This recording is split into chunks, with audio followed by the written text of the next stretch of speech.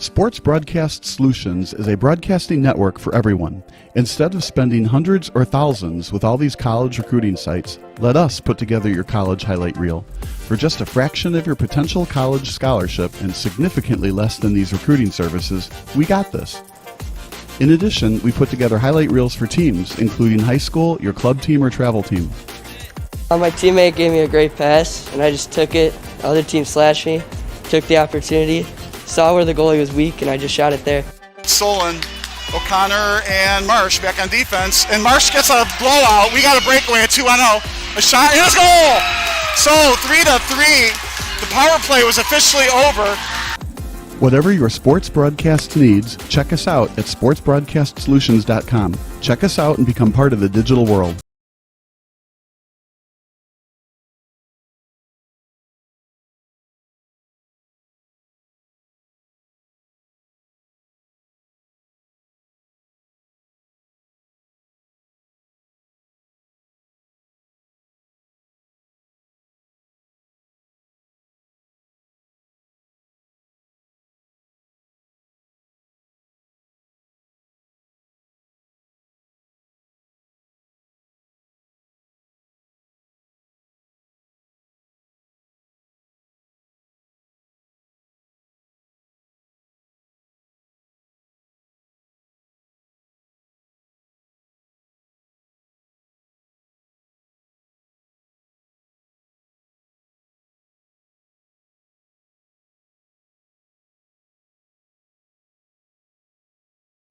Sports Broadcast Solutions is a broadcasting network for everyone. Let SBS broadcast your sporting event. We have experience and can generate excitement and permanent digital memories for your team. Tonight. That time, finally a goal for the Stampede! We have professional videographers using high-definition modern-day cameras, color analysts, and play-by-play announcers with state-of-the-art, classy graphical scoreboards to keep you updated. Plus, we have commercials to advertise your team, club, or sponsor, and us. Plus, we do pregame and postgame interviews. Hi, everybody, and welcome to the postgame show brought to you by Marion Central Catholic. My name's Kyle Smith, but my name doesn't matter. These young ladies matter. It's senior night as the Hurricanes win a battle down the stretch, 48-46. Hi, I'm Carrie Kramer. I swim 50 breast, 50 free, and 100 back. Whatever your sports broadcast needs, we are at sportsbroadcastsolutions.com. Check us out and become part of the digital sporting world.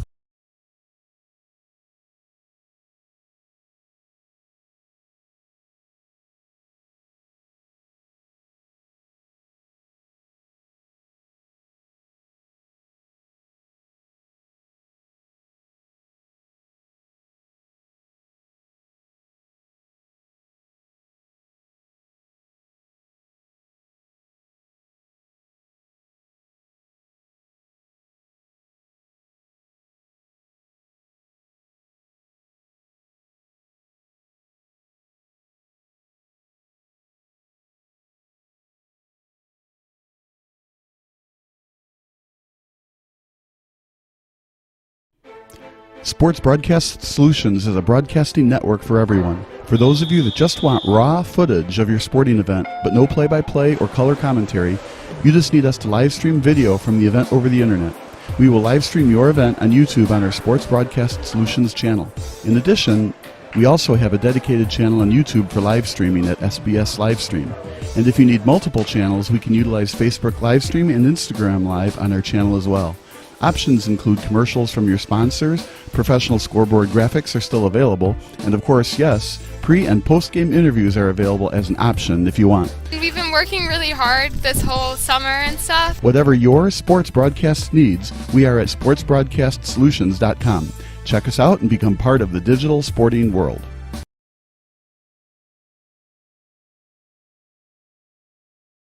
Game 4 of the Western Conference Finals is taking place between the Sacramento Kings and the Los Angeles Lakers.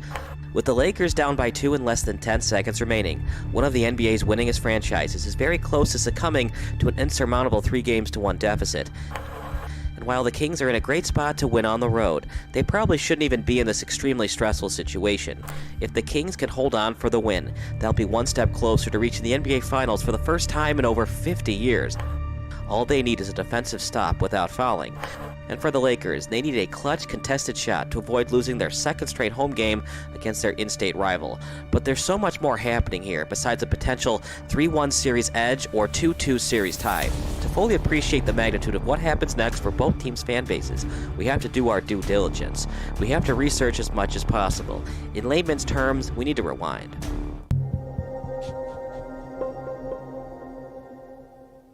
Down by 2 and the clock ticking, the Lakers are in a precarious spot. They can either go for the win with a 3 or try to make a contested mid-range jumper and play for overtime. The Lakers used to own the Kings in the postseason.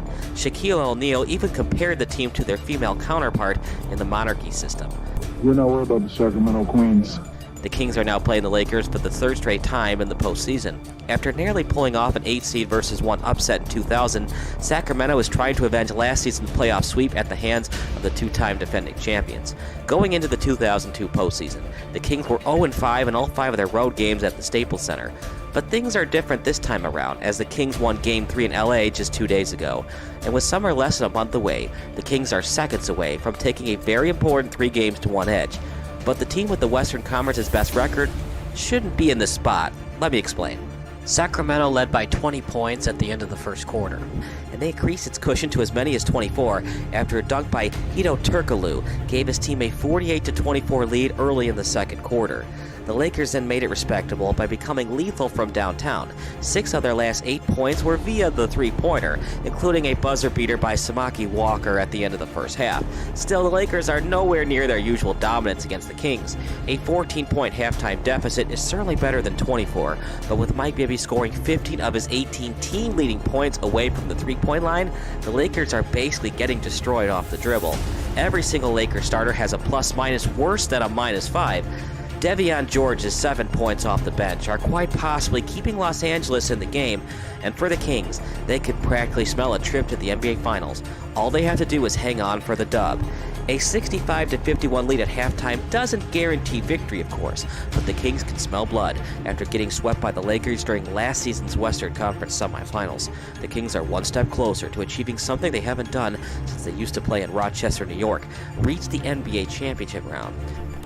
During the infancy days of the National Basketball Association, the small-market Rochester Royals defeated the New York Knickerbockers 4-3. It was a big win for the NBA, as it proved to the fans even small markets could compete with the top media markets and glamour of New York City and Boston. However, even after the team moved to the Rochester War Memorial Arena in 1955, the Harrison brothers were forced to move the team to Cincinnati in 1957, and while the Cincy Royals got close to getting back to the NBA Finals in 1963, those pesky Boston Celtics eventually defeated them 4-3 during the Eastern Conference Finals. In those days, the EC Finals were known as the Division Finals, and the Royals returned to the Division Finals in 1964. This time around, Boston easily took care of Cincinnati in 5 games, despite Oscar Robertson scoring at least 30 points in 3 of those games. Robertson, Jerry Lucas, and the Royals returned to the playoffs 3 straight seasons from 1965 to 1967, only to meet their kryptonite in the Philadelphia 76ers and the aforementioned Celtics. And by the time 1972 came around, the Kings were forced to relocate between Kansas City and Omaha, Nebraska. Kansas City became the Kings' permanent home during the 1975-76 season, and they stayed there until the 1985 regular season concluded. The last time the Kings advanced to the NBA's version of the Final Four, they played their home games in Kansas City. The Houston Rockets took care of the KC Kings in 5 games that series in 1981, and even during their time in Kansas City, the Kings got swept by the Lakers during the playoffs. That time around, it took place in the 1984 postseason.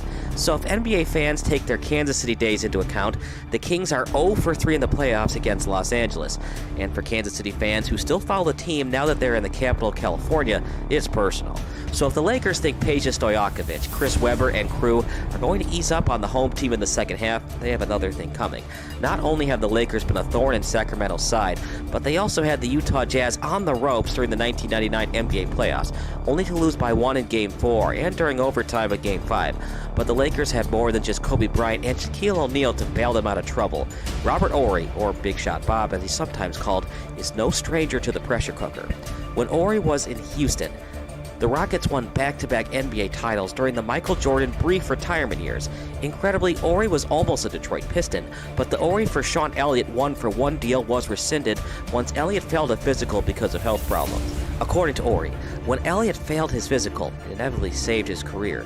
Ori then rewarded his Rockets team with a game-winning jump shot during Game 1 of the 1994 Western Conference Finals against the San Antonio Spurs, and then basically iced Game 3 of the NBA Finals with a three-pointer to make it 104-100 Rockets with 14.1 seconds left. The Rockets, of course, defeated the Spurs and swept the Magic to win the NBA championship. Ori, Clyde Drexler, Hakeem Olajuwon, and the Rockets then rallied as a 16 in the Western Conference to win a second straight NBA title in 1995. However, after coming short of a three-peat in 1996, Houston's front office decided to move Ori, Sam Cassell, and a couple of other players to Phoenix in exchange for future Hall of Famer Charles Barkley. The Phoenix trade didn't work out that well for Ori, and after Ori had a notable on-court altercation with head coach Danny Ainge, Ori's towel throw at his head coach made his days in Phoenix numbered. The Lakers pounced at the chance of acquiring a two-time NBA champion and only cost them Cedric Cabellos in the 1997 deal. The Ori trade was done to give the team more of a veteran presence than a legitimate scoring threat, as Big Shot Bob averaged more than 11 points per game in just one of his Houston seasons. However, while not a big factor in the postseason the last two NBA Finals for the Lakers, Ori was still big against the 76ers during the 2001 Finals. 12 of his 15 total points came during the fourth quarter of Game 3. During Game 4, Ori knocked down 3 of the Lakers' 10 three-pointers en route to the win. Would Ori be needed down the stretch of this crucial Game 4? Quite possibly, since he basically stole away the starting power forward job from Samaki Walker, and by the time the third quarter ended, Ori was once again a thorn in the opponent's side. The last 3 points of the quarter came because of Ori, as the former Rocket and Sun drained 3 of his 4 shots from the free throw line. Just like that, the once proud 65-51 lead for the Kings is now just 80-73 entering the fourth quarter. But the Kings need more from Bibby if they're going to notch the victory. After scoring 18 in the first half, Sacramento's starting point guard has become a ghost. Bibby scored just 3 points in the second half, and the Kings now have to rely on Vlade Divac to get them critical buckets down the stretch. In a twist of fate, Divac used to play for the Lakers, but when Kobe Bryant was drafted by the Charlotte Hornets in 1996, Lakers general manager Jerry West fleeced the Hornets with the trade of the century by giving them Divac for the 18-year-old Hooper. While Divac is not a terrible player by any means, Bryant is one of the NBA's all-time greatest players. Divac wasn't happy about the trade, and he originally threatened to retire rather than move to North Carolina. However, the Serbian center relented on his retirement idea, and the trade became official on July 9, 1996.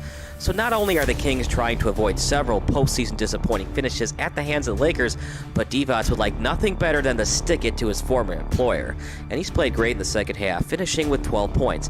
His 17-footer made it 98-93 Kings with just 117 remaining. Still, it would have been nice if Divac made both of his free throw attempts with under 12 seconds to go. As it currently stands, the Lakers need a 2-pointer or 2 shots at the charity stripe to force overtime. In a crazier twist of fate, Shaq made both of his free throws to keep it a 1-point deficit. Of all the people to knock down free throws, Shaq would be at the bottom of the list for the Lakers fans who trust players at the charity stripe. The future NBA Hall of Famer once missed 11 free throws in a game against the Seattle Supersonics, but Shaq, of all people, made the Kings pay for fouling him, and because of his clutch free throws, a 3-pointer can win the game. But there's no way the Lakers can win the game on a 3, right? Well, anything's possible, and with Big Shot Bob in the game, never say never. In fact, Ori is the only Laker the team trusts with a potential game winner on the line. Derek Fisher is an atrocious 1 of 7 from behind the arc tonight.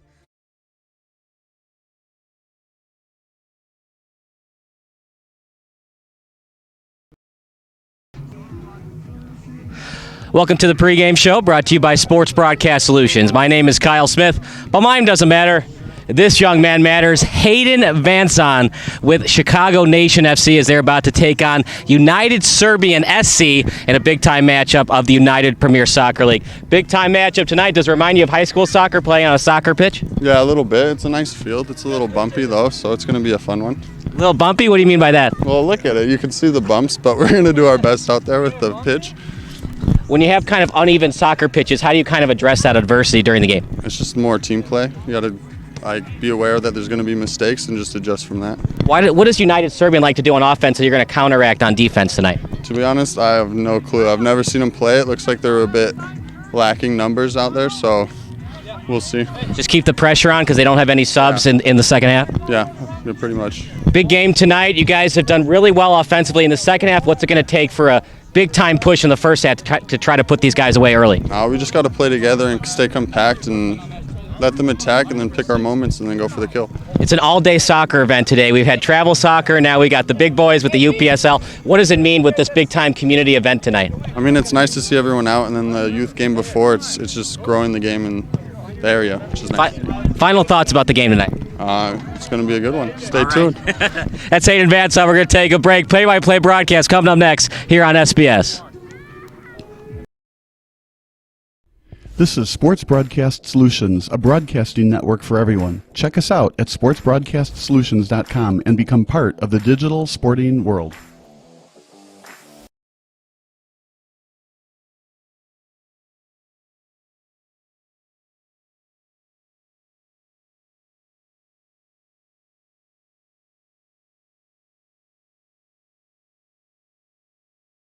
Hey, this is Sarah Greenfalk, owner of PsychEdge.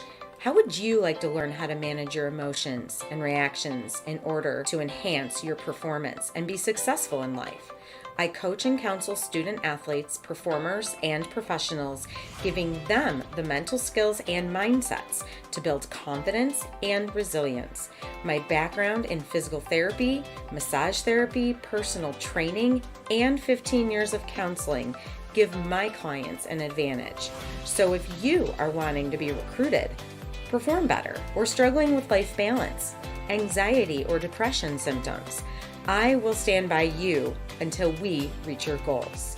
Contact me today, sarah@aimtogrow.com, and be sure to visit my website, psychedge.club, for your monthly blog on mental health, sport, and performance psychology tips.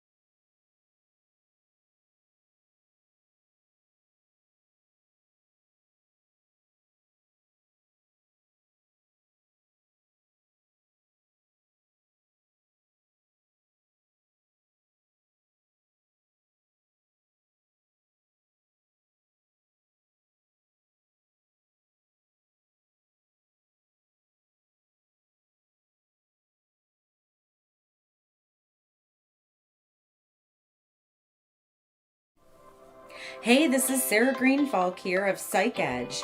Do you want to learn how to improve your performance, improve your confidence, improve your resilience? Coming this fall, PsychEdge is releasing 5 workshop classes that will give you the skills to accomplish your goals with increased confidence and resilience. This is your opportunity to learn all the main psychological pieces of mental training in one place, plus the process I've developed to build these skills. Go to my website, psychedge.club, and sign up for my monthly blog emails, which will include the updates on the class release.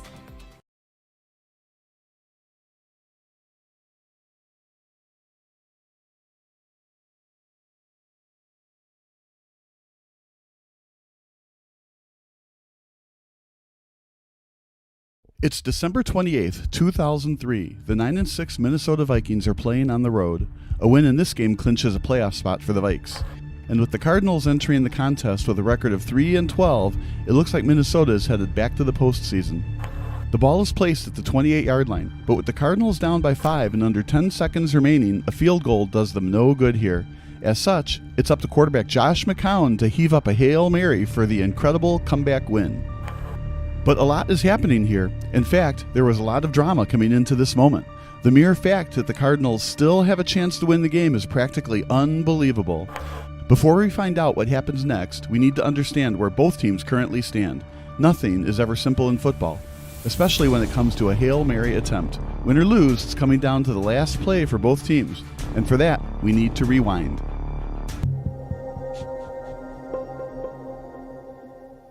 The Vikings have a decent record at 9-6, but for Vikings fans who remember the 2003 season, they should have a lot more wins. Minnesota was once undefeated this season. Impressively, the Vikings won their first 6 games. But things started to unravel quickly for the Vikes. After a red-hot start to the year, Minnesota dumped its next 4 in the toilet. Even more embarrassingly, only one of those 4 straight defeats was by less than 10 points. While it didn't seem to be a big deal at the time, loss number 2 of the 4-game losing streak was a critical 3-point defeat at the hands of the Green Bay Packers. This was huge because the Vikings outlasted the Packers 30-25 during Week 1. If the Vikings had won during Week 9 against the Packers, they would have owned the head-to-head tiebreaker for the NFC North Division. This means that the Vikings wouldn't need to win on the road in Week 17. But the Vikings couldn't take care of business, and the losing continued into Week 12. From 6-0 to now 6-4, now the Vikings are 9-6. And if they could have just outlasted the Bears a couple of weeks ago, they'd be in the playoffs. Instead, Charles "Peanut" Tillman made the signature play of his underrated career as he overpowered Randy Moss in the end zone. And now, the Vikings need a win today to clinch their postseason tickets. Both the Packers and the Vikings were 9-6 coming into Week 17, so the Vikings need a win or a Packers loss to win the division. The old saying, "every game matters in football," definitely stood the test of time for the Vikings in 2003.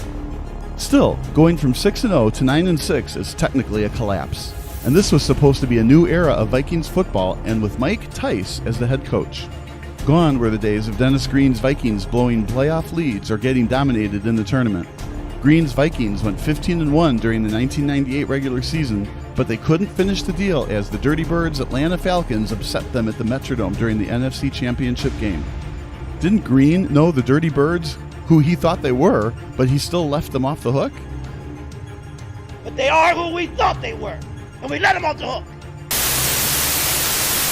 A primarily running team led by Jamal Anderson, the Falcons took advantage of a late missed field goal by Gary Anderson and then won in overtime. A crushing blow for the Vikings in 1998, but they were still good enough to get another bite at the Lombardi Trophy apple in 1999. The Vikings offense was still as dominant as ever in 1999. While the greatest show on turf, St. Louis Rams, were the only team in the NFL with over 6,400 total yards. The Vikings still finished in top 5 in total yards at just under 5,800. However, turnovers were problematic for Minnesota in 1999. They turned the ball almost 19% of the time when they drove down the field. With Randall Cunningham struggling at QB the year before, Y2K, Green made a quarterback change and gave the keys of the offense to journeyman Jeff George. George was a former number 1 overall draft pick, and he looked the part of a franchise quarterback in 1999. His Vikings went 8-2 with him as the starting quarterback, with the Vikings earning a spot in the wild card round. They easily took care of the aging Dallas Cowboys 27-10 as the Vikings advanced to the divisional round against Kurt Warner's Rams. George was excellent on this day, but incredibly his 4 touchdown passes weren't nearly enough to outlast the Rams. A terrible day for the Vikings on defense as the Vikes gave up 49 points and 5 touchdown passes to the future Hall of Famer in Warner. If the Vikings' defense had just been moderately respectable, they probably would have advanced to the NFC title game. Jeff George finished with 423 yards passing and 29 completions, but he also had 21 incompletions. The Vikings originally trailed 49-17, so to be fair, some of George's completions came during garbage time. In 2000, the Vikings truly believed the third time would be the charm.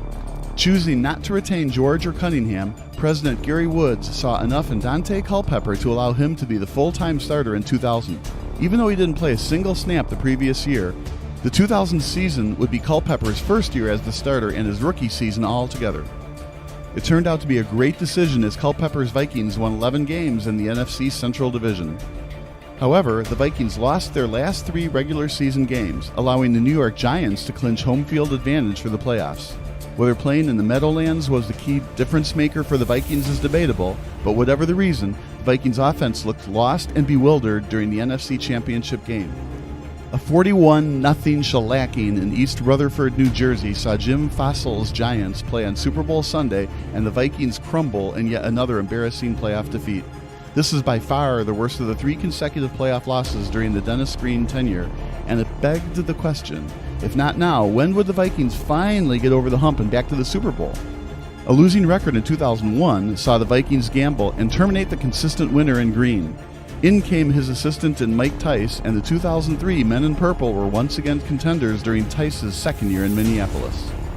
But, as was the case under Green, this Vikings core always chokes when the stage is fully lit. And here we go again. From an 11-2 start to an 11-5 finish, the 2000 Vikings blew a chance at having the Super Bowl go through the Metronome. And in 2003, the Vikings went from undefeated to being on the cusp of not even participating in the NFL tournament. Even if the Vikings don't allow the game-winning touchdown pass, the mere fact that they have to hold on against the 3-12 Cardinals is pretty darn head-scratching. But do the Cardinals have some individually talented players on offense? In 2 words, not really. While it's true that Anquan Boldin was on this team, the rest of the roster was very underwhelming to say the least. Boldin was a rookie in 2003, and the rest of his wide receiving teammates just weren't going to get the Cardinals over the top. Neither quarterback, Jeff Blake or Josh McCown, trusted any other wide receiver besides the former second-round draft pick. Consider this. Boldin was targeted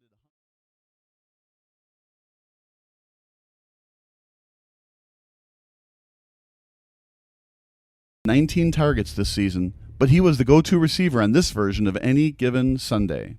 Boldin wasn't his normal self against the Vikes, as he has just 5 receptions for 27 yards coming into this play. However, Poole was up to the task and caught all but one of his targeted throws for 58 yards. Considering that Poole finished the year with 177 total receiving yards, it's safe to say he was having the game of his season. Almost 39% of his total season production occurred today in the season finale. The Cardinals led 6-0 at halftime thanks to 2 successful field goals from Neil Rackers. But the Vikings scored 2 touchdowns in the second half, and now the Vikes lead 17-6 with under 7 minutes to go thanks to Aaron Elling's field goal. Can the Cardinals, led by McCown, score twice in 6 minutes and 48 seconds? Insert McCown. Week 17 of 2003 is just his 3rd career start in the NFL, but he's definitely improved from last year's rookie campaign. In the 2 games that he played during the 2002 season, he completed less than 40% of his passes and finished with a pedestrian quarterback rating of 10.2. But the Cardinals had nothing to lose after being 7 games under 500 when they entered Week 14. With his team now in the double-digit loss category, head coach Dave McGinnis gave McCown a chance by starting him in Week 15 over the veteran Jeff Blake. Despite a sack rate of under 5%, Blake's completion percentage of 56.7 this season wasn't enough to keep his job, and with the team at 3-10, it was probably time to start the young pup anyway. The Cardinals needed more than just a quarterback, though, and after losing in Week 15 and 16, Cardinals fans were thinking of a new regime and a new signal caller. The 2004 NFL Draft saw Ole Miss quarterback Eli Manning rising up the draft boards, and if the Cards and Chargers win today, Arizona...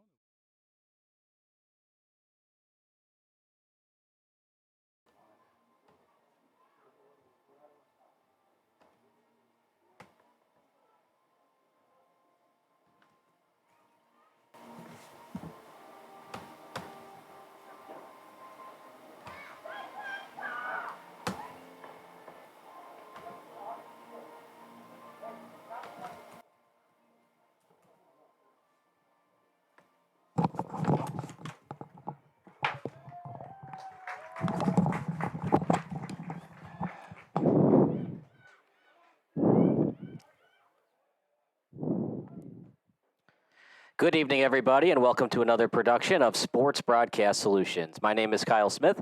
We appreciate you watching this broadcast, brought to you, of course, by SBS, El Famous Burrito, and Chicago Nation FC. It's Chi Nation in the black against the United Serbian SC. They're in the red.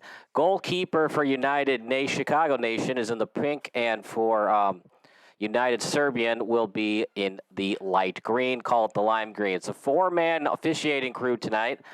2 sideline judges, the ref and the umpire, 45-minute halves, about 2 to 3 minutes of extra time, and it should be a good one. Chicago Nation, after a slow start, has won their last couple of games, and the only time that we've seen them play bad soccer is when they were losing 1-0 to AAC, but the good news for Chi Nation fans is that game was over after 20 minutes due to rain. There's no rain on the forecast tonight, less than 15% precipitation, and here we go. Chi Nation against United Serbian from the Milwaukee area, and for Chi Nation, they play their home games in Glen Ellen.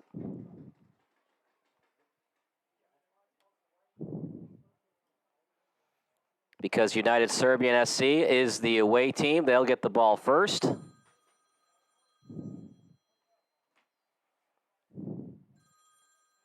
And as of right now, they've got the live scoreboard. They're going to go down. They're going to switch that over to stopwatch in a second.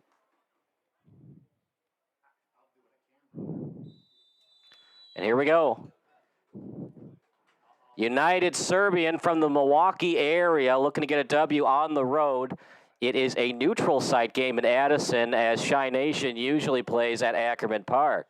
They dump it out past the timeline, then kicked over to the 20-yard line. Chi Nation has numbers, and then kicked out by the defender, number 20, into the goalkeeper, Peru Demenegkai. Kick straight up, a little floater kick past midfield, and then headed up, but it goes out of bounds. It'll be picked up by Chi Nation's midfielder. That's going to be Jacob Rue. Rue sets it up instead to Zahir Khaled, and now played by Rue. Slow-moving pass, tapped over that time to Klabjan, and then he'll send it over to the sideline. Chi Nation early on in the first half on the attack.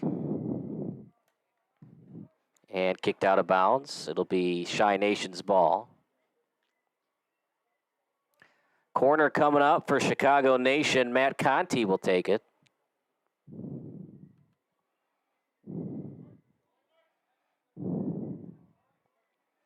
Beautiful night for soccer here in Addison, Illinois. Not a great corner kick. Ball moves out in front. Great move by Collette. He's got it on the left. Looking to set it up. Backwards kick. It's arching to the right. Headed, a save, a rebound, chance, and a goal. That didn't take long. Goal for Chi Nation.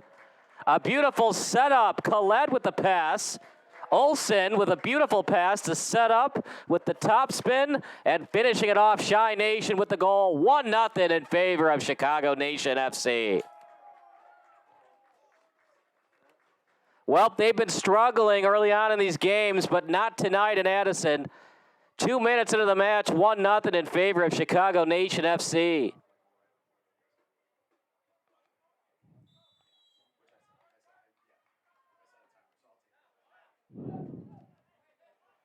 Now played by United Serbian. And stolen away by Chi Nation. They'll play it at the 25. Early goal for Chicago Nation here on YouTube. Hope you're enjoying the broadcast. We do have the text line open tonight, 330-957-7653. Your favorite high school, college, or MLS memory. Out to the boundary, left-footed kick. Headed straight up. Now played at the 28-yard line.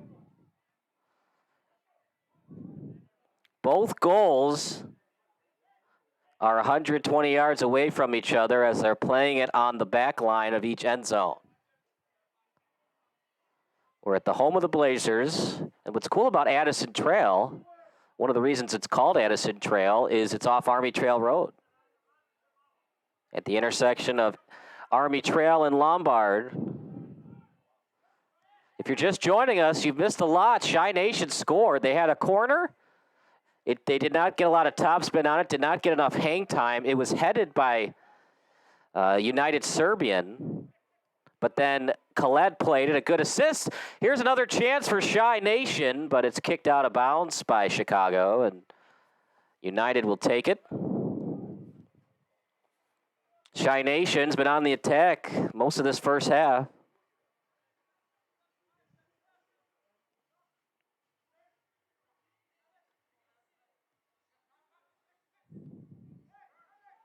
Having trouble with their midfielders is United right now. Chi Nation up to the task.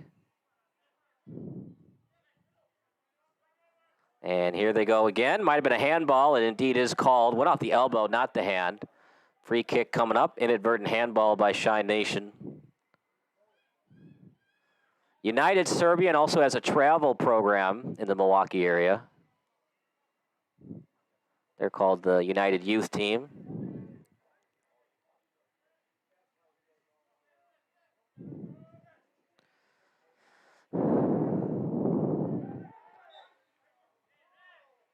And we'll get a free kick for United.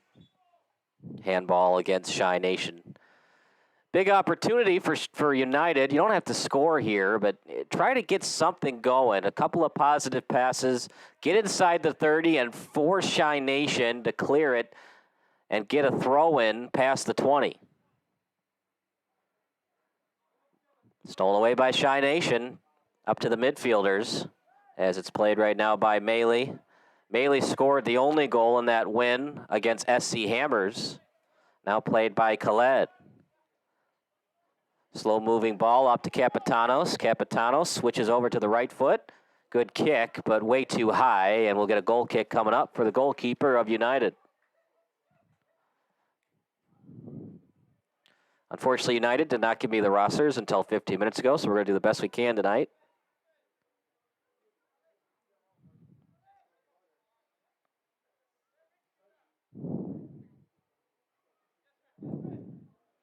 United deep in their own territory.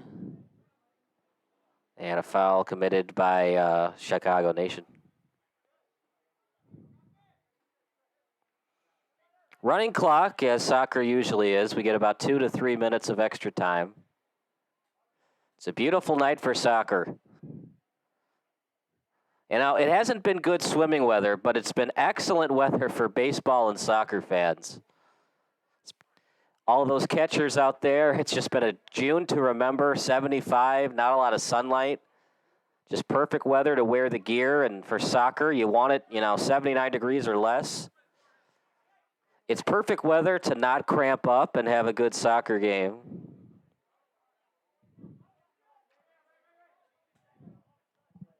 Shy Nation will play it on their own boundary.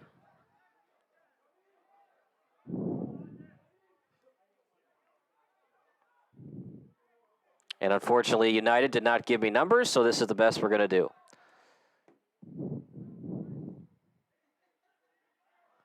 Throw into United, stolen away by Chicago Nation. Now played at the boundary. It's going to be played by 3. Kick straight up, past midfield.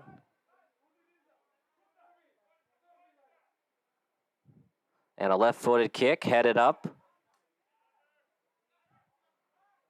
Played at the 20-yard line, right-footed kick out to Khaled. They have a fall and a spring season, so we have a couple of new players, as some guys are more valuable in the fall than in the spring.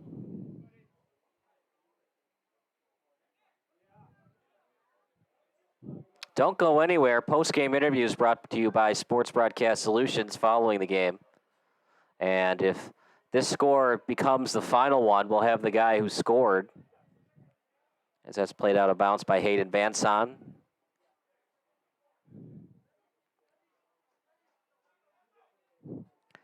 Your favorite soccer memory, text it to 330-957-7653. All FCC policies to apply. Great shot, a save. Devin Eghai telling his defenders, look, man, we got to clear that ball. That's way too close of a shot. And United, who didn't look good the first 5 minutes of the match, showing something the last 2 minutes. That was basically from point-blank range, but a beautiful save by the Mexican and Devin Eghai. As it's headed out by Shy Nation. They'll keep it in, though. Now played on the boundary. And it floats out of bounds.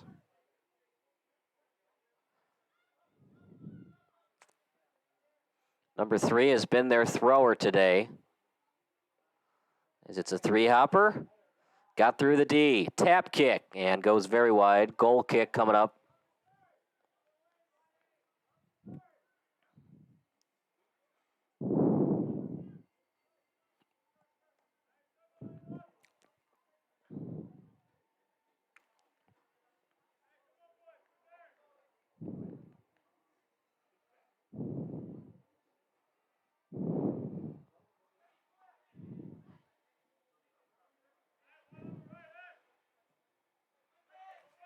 High arching kick, pretty decent hang time. Got to about the 45-yard line.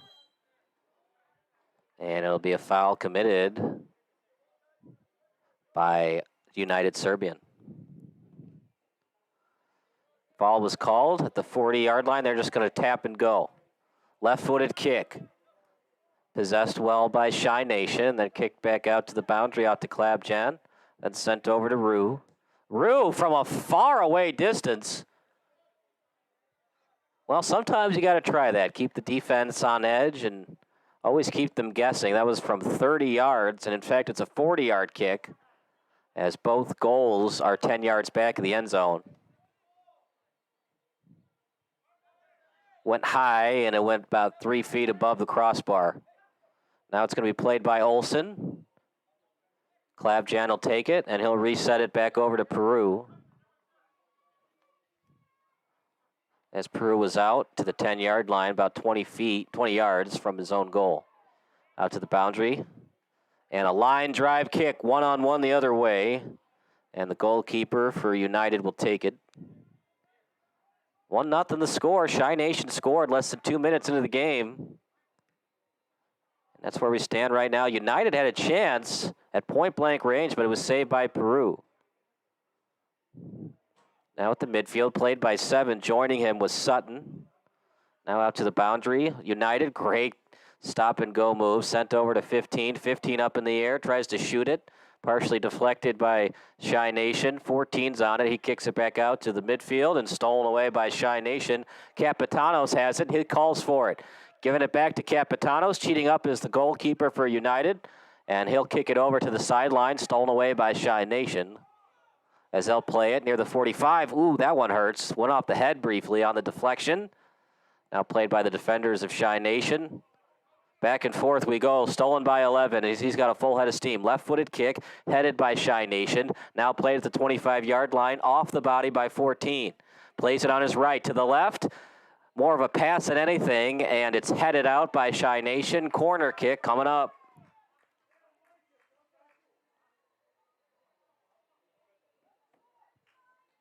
All footage today being pre-recorded as well in 720 and 1080p. Corner kick for United Serbian. The Milwaukee Serbians trying to tie this one up on this corner. High arching kick. And it was headed by Shy Nation, and out of bounds the ball goes. Throw in coming up. United's going to take their time. United a very far distance. That was a great throw in, by the way, but it was headed straight up by Shy Nation. As that one's kicked out of bounds. Throw in coming up for Shy Nation. If you miss any of the action, just hit that rewind button on YouTube. You can watch as many times as you'd like. Pre-game interview with Hayden Vanson was earlier in the game.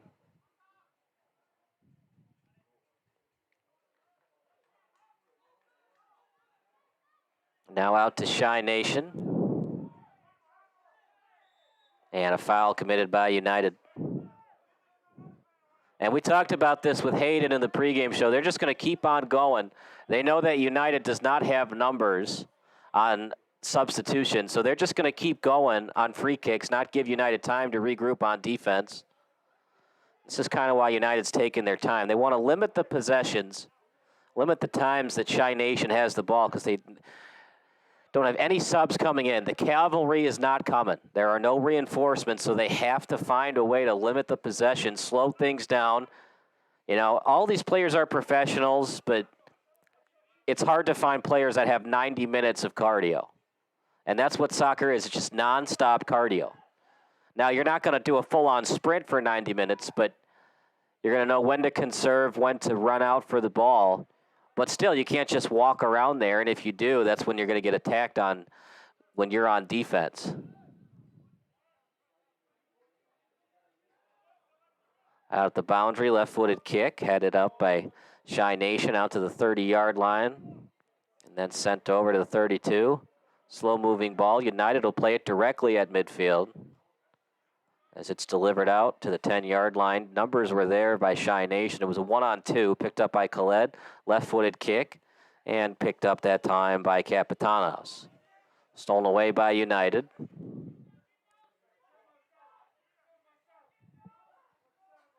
And now going to be played by United, picked up by Shy Nation.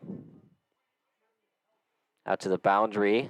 Kicked up. Shy Nation goes after it at the 30-yard line. Left-footed kick out to the 40. Now past midfield. Here comes Shy Nation. On the attack. Kick, and it was blocked that time by United Serbian. Out to the boundary, played by 14. Give and go move. Ankle breaker, that time on Khaled. And then forcing him out. That might have been an illegal slide tackle.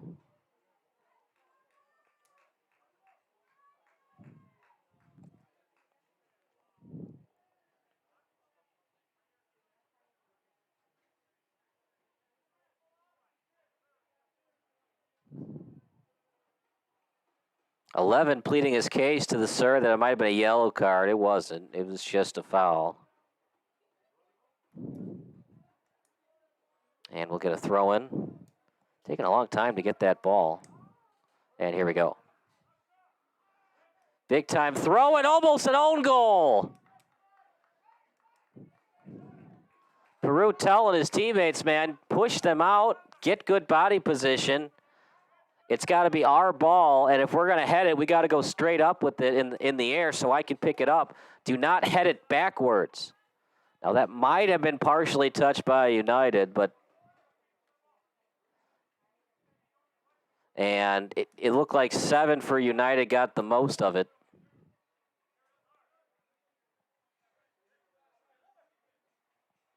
Meanwhile, United trying to make it a 2-0 game. On offense they go, picked up by Capitanos. Give and go play. Help was there on defense. It was legal. They tried to find Rue, but he was well guarded by 3. High arching punt. Headed up from the 40 to the 30. 14 was there for United.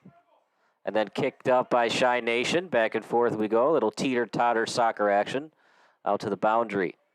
Khaled is there, but 14 takes it. 14 lost it. Khaled with the steal. Beautiful defense by Khaled. Sent over to Capitanos. And we have a cramp. Look at the fake shot. Gets the goalkeeper to hesitate. And Capitanos can't believe it. Capitanos might be hurt as well. We've got a cramp on the pitch from United. They don't have many numbers for substitutions, but he's going to have to exit the game. He can barely walk right now. Capitanos is well slow to get up. Capitanos, it was a good move, but the defender definitely cramped up. Capitanos had space. It was well played by the goalkeeper. We'll take a 30-second break. It's 1-0 Shy Nation here on SBS. Missing your child's sporting event just plain stinks. But you don't have to worry about that anymore, thanks to Sports Broadcast Solutions. SBS is a live broadcasting network, as well as covering your on-demand needs, recruiting videos, highlight reels, and much, much more. We can broadcast live to any website, and we also post as much on-demand content as you need. For more information about SBS, check out our website at sportsbroadcastsolutions.com. Sports Broadcast Solutions, a broadcasting network for everyone.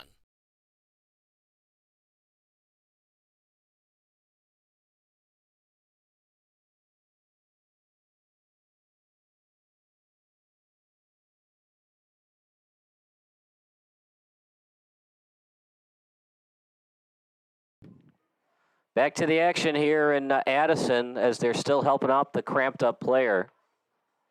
Hate to see it, and very weird to have a cramp in only 73-degree weather, but those things happen. Capitanos was slow to get up as well. Well played by the goalkeeper. Capitanos had a nice move on the goalkeeper, but he wasn't exactly fooled. And goalkeeper was able to steal it. Capitanos had a slight breakaway, but it was from a 45-degree angle. Would have been a tough goal. And United, they're battling an uphill battle right now. It's going to be tough for them without a lot of numbers on the bench.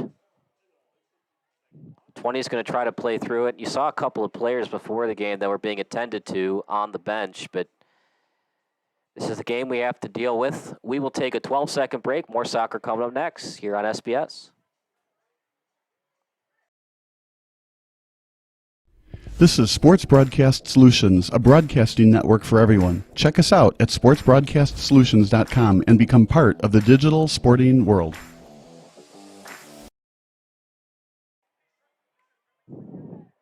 $17:20 of soccer.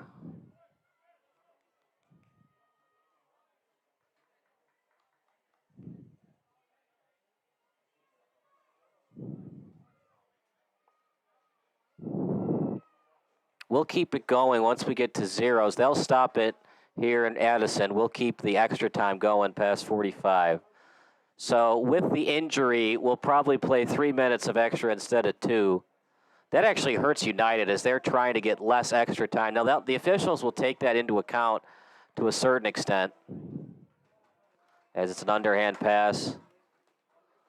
And that's by design. You want to limit the amount of headers your team can do because you just don't have numbers off the bench. Khaled with the pass, and it's delivered over to Olsen.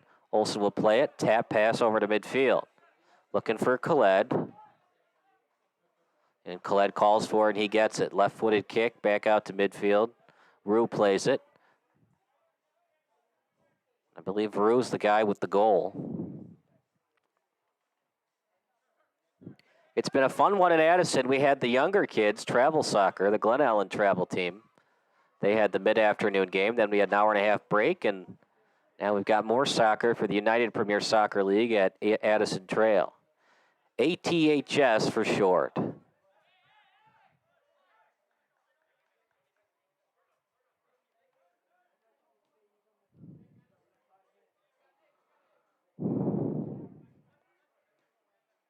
United leading 1-0. It was a great assist by 11, and then Rue with the goal. Here comes United again, left-footed kick, goes very wide.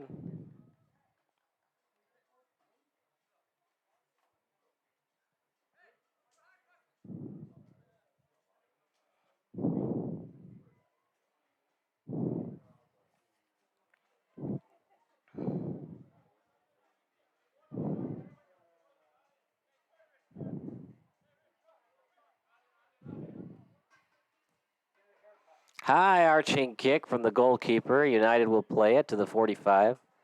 Back out to midfield.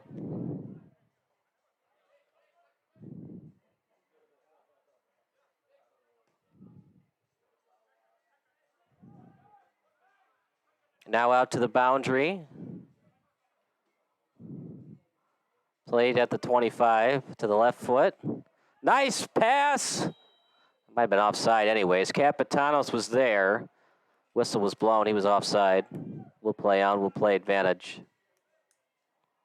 And left-footed kick past midfield. United's been able to get the ball out fairly quickly, but not getting much on offense thus far. They had a shot at point-blank range, a good corner kick that was headed straight up, went over the hands of Demoneghi over the crossbar. It's going to be difficult today because you've got the field goal post, and they're less than a foot from each other. So it's up to the Sur to make sure it hit off the NFL field goal post and not the soccer field goal post. I don't say football because soccer is sometimes known as football. Out to the 20-yard line. Remember, the goal is at the back end of the end zone. A couple of nice dribbles, slow-moving pass, and it's deflected and blocked by United. Corner kick coming up. Jacob Rue, the player of this match this far. 3 stars of the match brought to you by Sports Broadcast Solutions. So far, all 3 stars are going to be from Chicago. Left-footed kick, and it's played well by United Serbian out to the 5-yard line. Stolen away by Chicago Nation. The young men from Glen Ellen doing a good job tonight. Played well by Sutton. Sutton with it on his right foot. Sutton tried to set it up in front, and it was stolen away by Red Team and United Serbian. Played at the boundary, and it was partially blocked by Melee, and it goes out of bounds.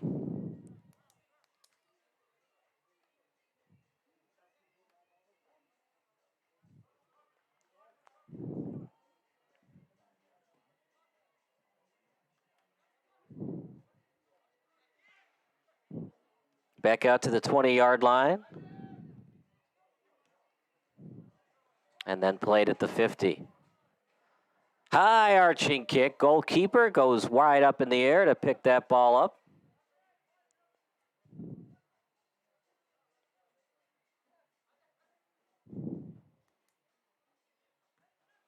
And it's a good punt by the young United Serbian goalkeeper.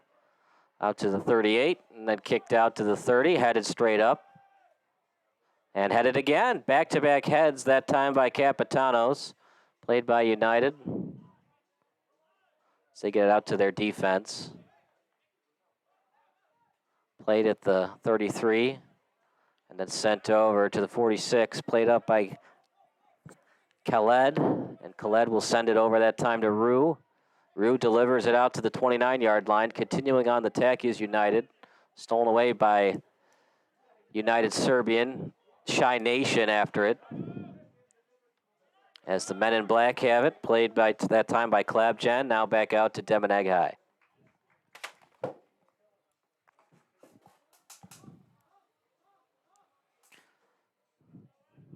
About halfway through in Addison of the first half. 1-0 Chicago. Khaled, nice move. And his teammate wasn't ready. Good move, but Capitanos was not there to receive the pass. And now it'll be played by United Serbian. Little hip check was not called. The ball was already passed before there was some contact.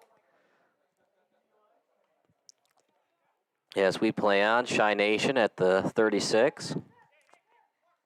Out to the sideline, now played by Berezin to Capitanos. We've said his name a lot tonight, and we'll keep saying it. Shot, way too high. The field goal was good, but no goal.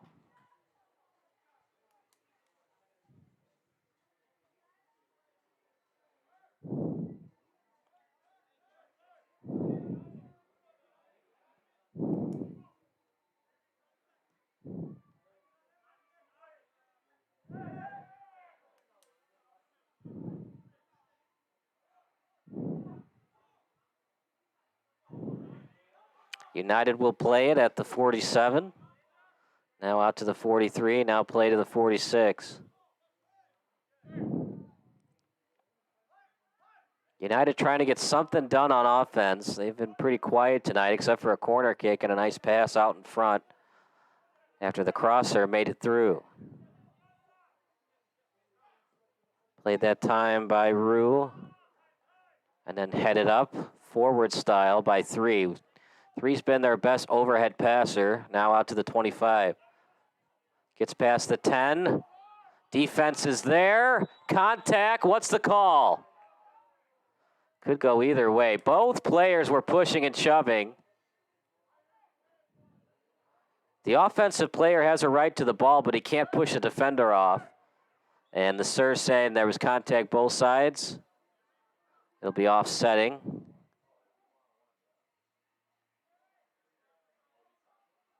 Well, they were going to play advantage. Instead, it'll be played by Demoneg High, and he'll just tap it over to 20 and Hayden. As it's delivered over to Rue, Klabjan plays it. Back to Rue. And then Khaled calls for it and gets it. Khaled. Sent over to the 27.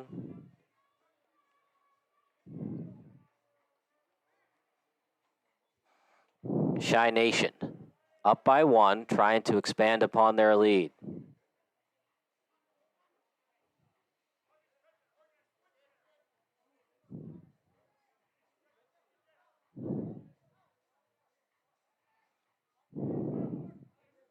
Ooh, nice move that time by Matt Conti. Out to Mendez, now to Conti. Conti playing it on the boundary. Turnaround kick, and that's been the story for most of this game. Way too high on the kicks. Does not get it on goal. It's just a shot, not a shot on goal. No save. It was a save opportunity, but it was not touched by the goalkeeper and United Serbian. Once again, feel free to text your favorite soccer memory to 330-957-7653. High arching kick, decent hang time. As looking for a call was 14 and then blown dead by the Sir. 20 was after him on defense from Chicago. Should be Hayden Vanson. As that's kicked out to the 10-yard line. Great kick. Here comes United. Beautiful move. Left-footed kick, and he can't get it on net. The pass to 7 was excellent. Even better moves, but you got to get that on net. Got to go low. It's just so hard to go top corner unless you're Ronaldo or Messi. Got to go low. Either get the goal or get a rebound. Try to go low far side. Out of bounds will be United ball. We're seeing the momentum swing a little bit in favor of United Serbian. Back out to the 38, played by United. Tapped over to the 41, now played by 8. Sent over to the boundary. Has some sideline soccer going on. Good pass over the 20, but not able to catch it on the head. But stolen away by United. Good slow. What a move by 15, trying to split through the D and does. More help on defense from Chicago Nation. That pass well read by Chicago. United will play at the 25-yard line. Off the body, no-look kick. United with a left footer and goes very wide. Was it partially deflected? Nobody from United going after it, so it's going to be a goal kick for Chicago Nation.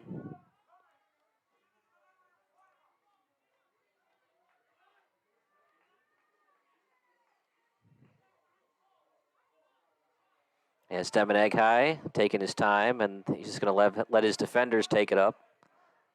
Looking to clear it, and they do. And now on the attack goes Chicago to Collette.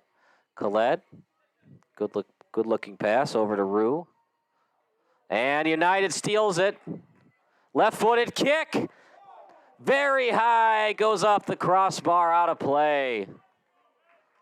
Klabjan's got to know where he is at all times. He was trapped. It was a great play, great design by United. Klabjan thought he had more time than he actually did. The trap came, Klabjan fell. And United tried to get a goal by squeaking it past the netminder, and they almost got it. They've had their chances. They're undermanned tonight, but they're definitely playing with a lot of pride and a lot of energy tonight. It's always hard when you're undermanned, but they're not letting it get to them. They're still playing hard. You just got to wonder, without any subs coming down, if that's going to bite them in the second half. Good pass. He's onside. Left-footed kick. What a save by the netminder in number 1. He got enough on it on the left hand to deny Alex Olsen a goal. If not for number 1, this could easily be a 3-0 game. Remember, 3 stars of the match, and I might be changing my mind on the 3 stars. Number 1 would be Rue, because I believe he's the one who scored. It was either Rue or Olsen. Second one would be Devin Egghigh, because he has the shutout right now, as that corner is well played by United Serbian. Serbian with it, as U.S. gets it out.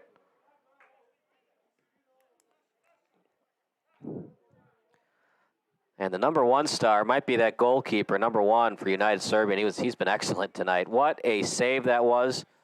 I thought Olsen was going to get the easy goal, but somehow got a piece of it with his left hand to stop the goal from happening.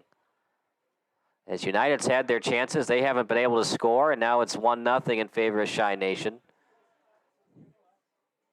United had one go off the crossbar. And then kicked out to the sideline. Be played by 5. Mostly 3's been taking the throw-ins, but 5's going to take this overhead pass.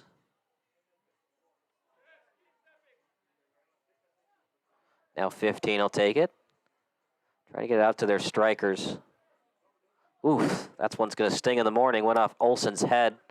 Now out to midfield at the Addison Trail sign. Beautiful pass, trying to split through the D.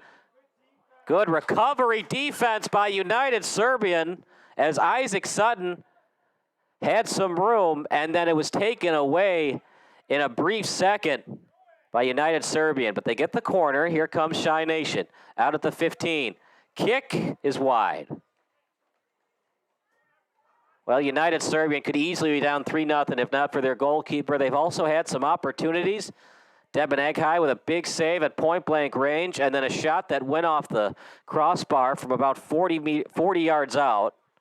You know what? I should probably say meters because, soccer's mostly a European game. Well, we're in America, so we'll say 40 yards out. But 40 yards out, about 38 meters.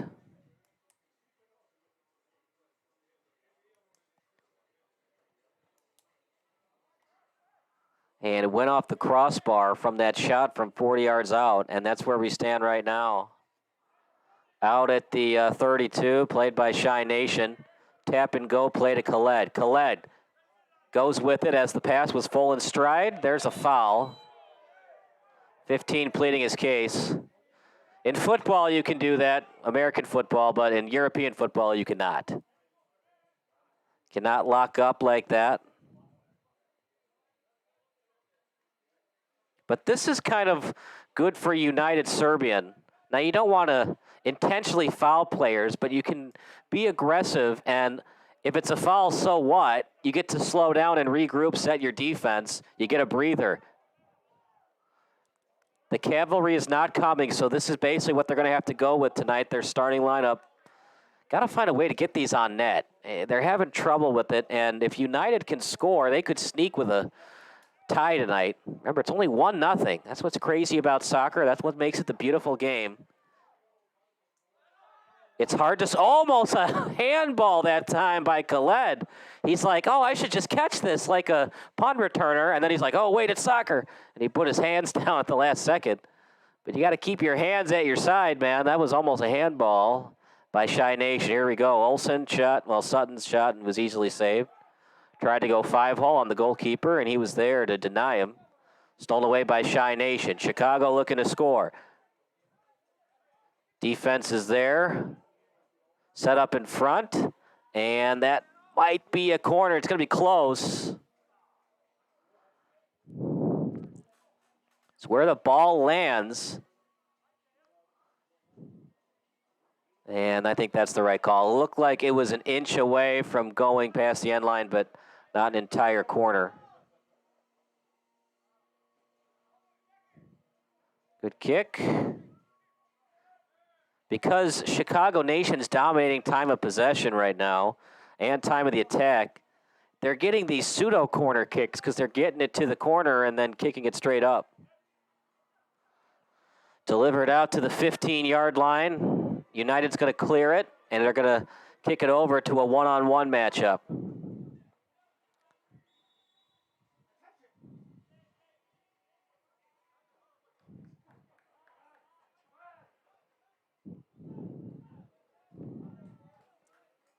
Shy Nation up by a goal here in beautiful Addison Trail High School. It's like a combination park and a high school. They've got a couple of Little League fields behind us.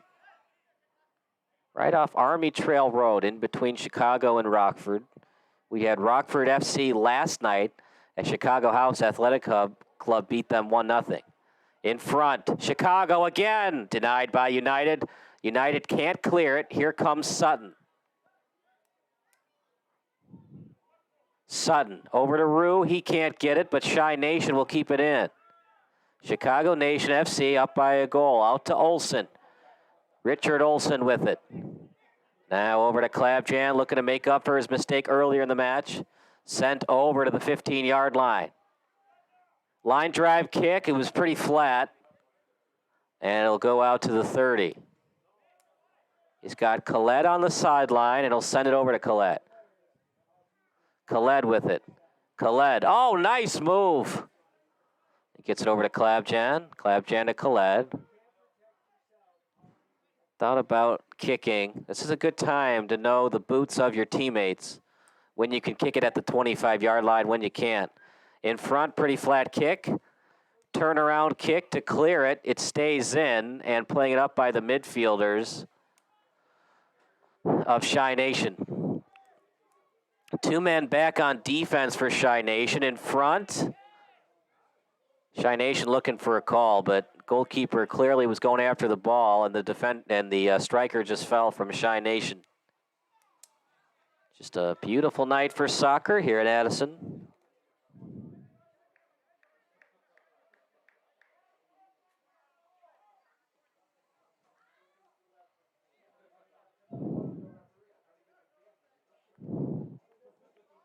There's the kick by the goalkeeper, and it goes out to the 42. Played that time by United Serbian out to the 50.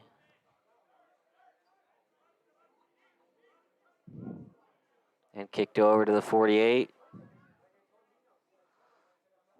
Over 37 minutes has elapsed here at Addison. As that line drive kick goes to the 33. Here comes Chi Nation again.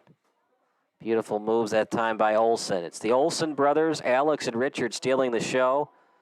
But the number one star has definitely been that goalkeeper for United. He has kept them in this game. United trying to help out their goalkeeper with a late first half goal. Foul committed by Chicago Nation. United Serbian will take it inside their 30.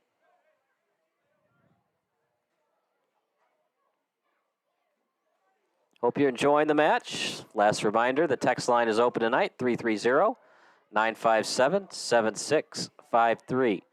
Out to the 35. Handball committed by 11.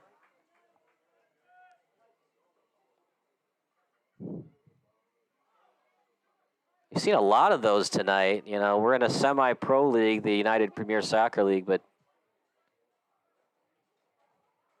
seen a lot of handballs, which is strange. You don't see that a lot at the UPSL level.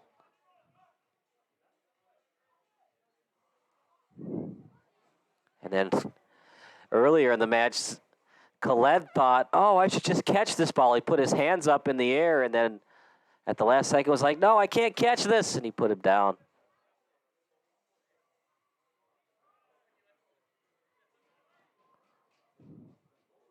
Soccer, the beautiful game. That's what's so great about it, and as much as I love hockey, good pass over to Capitanos. Capitanos, nice move, tapped over, and it goes past the end line. Corner kick coming up, but what makes it such a beautiful game, it's hard to score in soccer, so when you score, it's beautiful.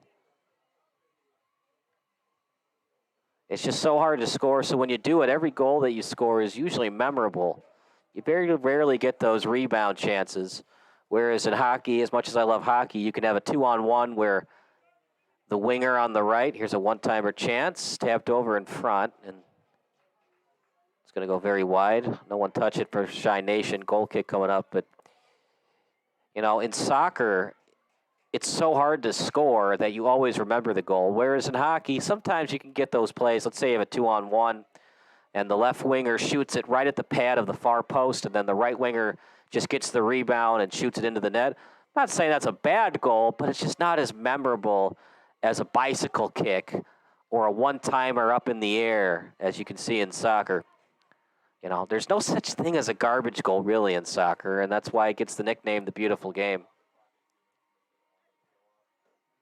And it's tough, man.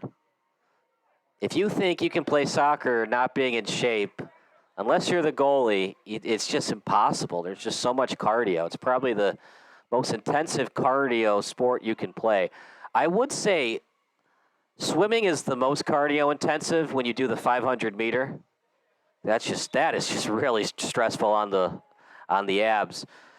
You're going from side to side, then you do the flip turn. You know, you're diving. There's just so much energy and cardio and ab workouts that you need to do the 500 meter in soccer. And unfortunately, we've got an injury on the pitch, so we're going to stop the clock right there. It's 1-0 Chicago Nation here at Addison Trail High School. Sports Broadcast Solutions is a broadcasting network for everyone. We broadcast sporting events for people of all ages, including adult leagues, high school leagues, and kids. Complete with professional-looking graphics, broadcasters, color analysis, and commercials. We do pre- and post-game interviews with the players. In addition, Sports Broadcast Solutions does highlight films, including college recruiting reels, highlight films you'd see on sports news programs, and just simply highlight films for fun. Sports Broadcast Solutions also provides raw footage and live streams if you'd like. Subscribe to us and listen to our professional talk videos about relevant topics in the pro and college ranks. Whatever your sports broadcast needs, contact us at sportsbroadcastsolutions.com and become part of the digital world.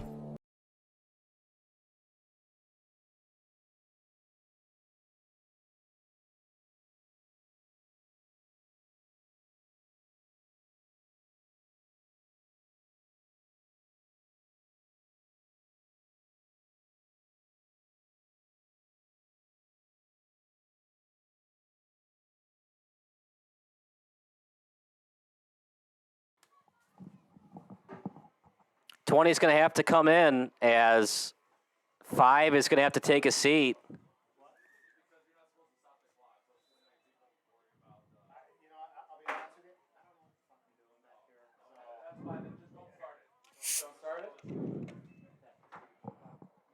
I thought I saw it stopped earlier when there was another injury.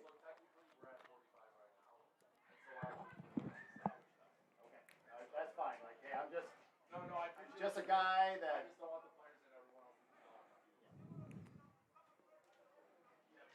So right now we are in extra time, but we'll just play it as a straight 45 on the game clock.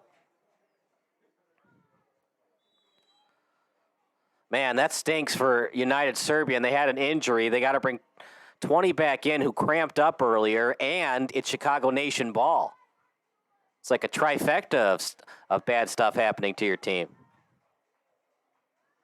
All that matters, though, is the scoreboard, and if United can hold them to a 1-0 lead, all you got to do is score a goal to get the tie, get the point. Meanwhile, Shy Nation trying to put them away with a goal here right before halftime. In front. Goalkeeper goes after it, scoops it up. What a game by number 1. He's a little undersized, but what he lacks in size, he has in energy and fundamentals. Capitanos thought he had a goal. Olsen, Sutton have thought they've had goals, but number 1 said, "Not so fast, my friend," and he denied them.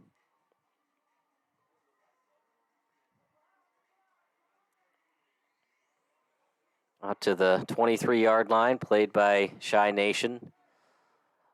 See what they want to do here. Do they want to stay aggressive, or do they just want to kick it out and maintain the 1-goal lead? I think they'll be moderately conservative.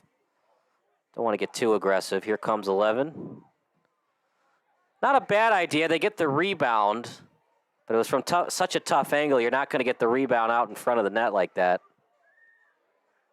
Slide tackle. Good job on the steal. Rue with it out to the 18-yard line. Stop and start move. Great pass, and the goalkeeper's there to soak it up. At this point, man, just kick it out of bounds and play for the second half. They're going to be aggressive. They're United Serbian looking to clear it. They'll take their time. That's their strategy, especially now.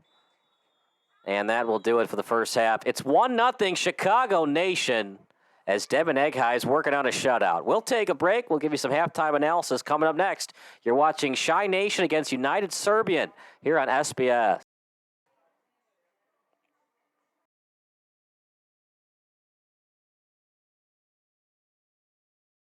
Hey, this is Sarah Greenfalk, owner of PsychEdge. How would you like to learn how to manage your emotions and reactions in order to enhance your performance and be successful in life? I coach and counsel student athletes, performers, and professionals, giving them the mental skills and mindsets to build confidence and resilience. My background in physical therapy, massage therapy, personal training, and 15 years of counseling give my clients an advantage. So if you are wanting to be recruited, perform better, or struggling with life balance, anxiety, or depression symptoms, I will stand by you until we reach your goals. Contact me today, sarah@aimtogrow.com, and be sure to visit my website, psychedge.club, for your monthly blog on mental health, sport, and performance psychology tips.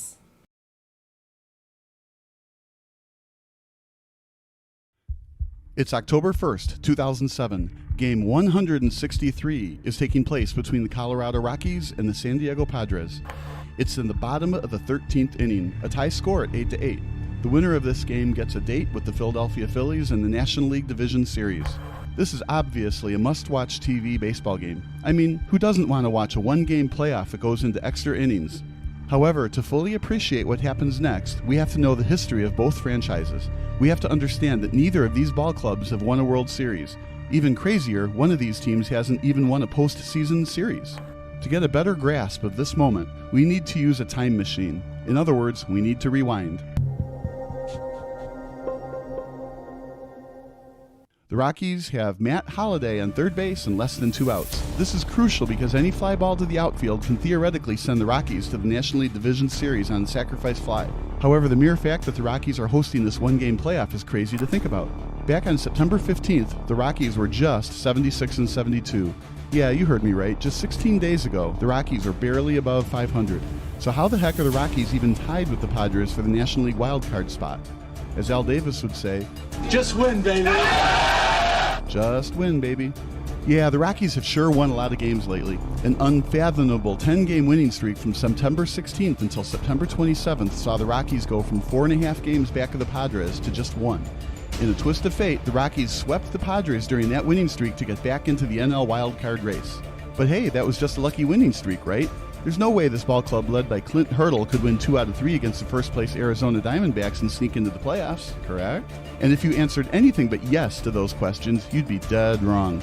Arizona ended Colorado's winning streak during Game 1 of the crucial 3-game set, but after dominating the Diamondbacks 11-1 on September 29th, the Rockies held on for a 4-3 win on the last day of the regular season.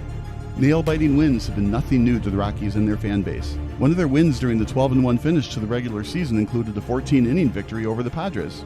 But have the Rockies simply taken the wild card away from the Padres, or did San Diego majestically crumble down the stretch? Well, it's a little bit of both. Entering MLB game action on September 16th, the Padres were 80-67. They ended up finishing the year at 89-73. So a 9-6 record in their last 15 games is nothing to be embarrassed about from your ball players. But a 3-game sweep at the hands of the Rockies was still pretty bad, especially considering that all 3 games were at Petco Park. Also, the Padres had the Brewers down to their last strike on September 29th, but Tony Gwynn Jr. knocked a game-tying triple off Trevor Hoffman to send the game into extra innings. How brutal irony is that? The son of the greatest Padre ever quite possibly stopped you from going to the playoffs. What gets lost in the shuffle is that the Rockies were actually a third-place team in the wildcard race prior to their incredible finish. The Dodgers were up 3 games on the Rockies after all the games concluded on September 15th. So what the heck happened to the Dodgers? It's hard to exactly say why they simply forgot to play baseball, but their final record speaks for itself. On September 15th, the Dodgers were 10 games over 500. By September 30th, the team barely finished with a winning record at 82-80. You can't make this stuff up. The Dodgers went from 79-69 and just 1.5 games back on San Diego for the wild card spot to finishing 7 games back of both Colorado and San Diego. Colorado literally had to sweep Los Angeles to knock the Dodgers out of the playoffs, and the Rockies did just that from September 25th until September 27th. The Dodgers might be known for playoff choking nowadays, but late season chokes are nothing new to the Dodger faithful. Anyway, back to the Padres and Rockies. The Rockies were 12-1 down the stretch, but a minor choke job by the name of Ron Burgundy allowed Colorado to host a 1-game playoff. The Padres were 2 games ahead of the Rockies on September 29th, meaning they just had to win either of their next 2 games against the Milwaukee Brewers or 1 Rockies loss the next 2 days clinched a wild card spot for Bud Black's team. The 2007 Milwaukee Brewers were actually in first place of the NL Central Division during most of the regular season, but a late surge by the Cubs, as well as a collapse, saw the Brewers outside of the playoffs for yet another year. They still played spoilers, though, and after dispatching the Padres in 11 innings on September 29th, the Brew Crew disallowed September 30th from being the Padres' clinch day. A very convincing 11-6 win for Milwaukee as the Padres had to fly from Milwaukee to Denver for a National League West grudge match. Just like that, Game 163 determined who would win the National League wild card. This was huge for Rockies fans as their favorite baseball team hadn't sniffed the postseason since 1995. Colorado began as an expansion franchise in 1993, and the Rockies earned the first ever NL wildcard spot in 1995. The Rockies fought hard in the division series against the Atlanta Braves, but the eventual World Series champion Braves took care of the Blake Street Bombers 3-1. But since then, the Rockies have always found ways to lose games. More importantly, it's their pitching staff who seemingly always lets them down. Even when the Rockies won the wild card in 1995, You probably don't know any of their starting pitchers. Kevin Ritz, Bill Swift, and Marvin Freeman were arguably their three best pitchers that season. Colorado was so desperate for starting pitching help that they signed Mike Hampton to an unreal 8-year, $121 million contract after the 2000 season concluded. All of the money in Major League Baseball is guaranteed, by the way, so why would the Rockies sign a pitcher to an 8-year deal? Simply put, it's hard to find free agent pitchers who want to pitch in Coors Field, the home ballpark of the Rockies where the ball hits the mile-high wind and sails out of play. If you don't remember Mike Hampton playing for the Rockies, you're not the only one. He only lasted 2 years in Denver, with his last season being a dreadful 6.14 ERA and opponents batted .313 against him. So for the Rockies to be successful, they usually need to outslug teams. But that wasn't exactly the case in 2007. Jeff Francis won 17 games for the Rockies this season. Ubaldo Jimenez was on this team, and the relatively unknown Aaron Cook posted an ERA under 4.2. In a nutshell, this surprising Rockies team can play a little small ball and outpitch teams as well. But tonight has been anything but a pitcher's duel. In a typical Coors Field shootout, the Rockies blew an early 3-0 lead. The San Diego Padres swiftly answered with 5 runs in the top of the third, and it looked like the Padres finally hit their stride in this do-or-die playoff game. And while the Rockies are unknown for playoff success, the history of the San Diego Fathers isn't a happy story either. The Padres have been to the World Series twice, but they've only been to the postseason a grand total of 5 times coming into tonight. Since joining Major League Baseball in 1969, the Padres have mostly been an afterthought in the National League West. Coming into the 2007 MLB season, Bruce Bochy had enough with postseason disappointments, and he left for greener pastures in San Francisco. Some Padres fans felt it was treason, as Bochy led the team to division titles in 2005 and 2006. While they were back-to-back NL West crowns, the 2005 team barely finished with a winning record, and after being swept by the Cardinals in the NLDS, Bruce Bochy's team finished the year under 500 at 82-83. The 2006 squad was much better, but those pesky Cardinals were still too much for San Diego to handle. San Diego had home field advantage for the division series, but Bochy's crew only scored a single run in their first 2 postseason games. The offense was slightly awake when they entered Busch Stadium. A 3-1 win in Game 3 gave San Diego fans new hope, but it was quickly taken away during Game 4. 6 unanswered runs by St. Louis gave the Cardinals the series win and yet another postseason disappointment in Southern California. Bud Black took the 2007 job after Bochy left for the hated Giants. Led by NL Cy Young winner Jake Peavy, the Padres were in first place in the NL West as late as September 3rd. Peavy got the nod for this one-game playoff. It was his turn in the rotation since he hadn't pitched since September 26th. But for whatever reason, the best pitcher in the National League was anything but clutch tonight. 3 straight Rockies got on base to start off the bottom of the first, and after Yorvit Torrealba cranked a bomb to left field, the Rockies led 3-0 after 2 innings of baseball. Starting pitcher Josh Fogg was sent out in the top of the third to preserve the lead, but he simply wasn't up for the task. Peavy helped out his own cause with a leadoff single. Brian Giles found his way to first base with a walk, and after Scott Hairston hit a single to load the bases, Adrian Gonzalez emptied them with a game-changing grand slam. Fogg still couldn't settle down after the grand salami. Khalil Green and Josh Bard both got on base via the hit, forcing Fogg to intentionally walk Jeff Blum to load the bases. Brady Clark then made a solid contact with a ground ball to shortstop, and his speed forced the Rockies to just get the force out at second base. Just like that, it's now a 5-3 lead for Peavy and the Padres. Matsui didn't get anything on this throw. Blum was all over him. He was a little off balance after he came across the bag to make the throw. But Peavy just couldn't keep the ball out of the ballpark.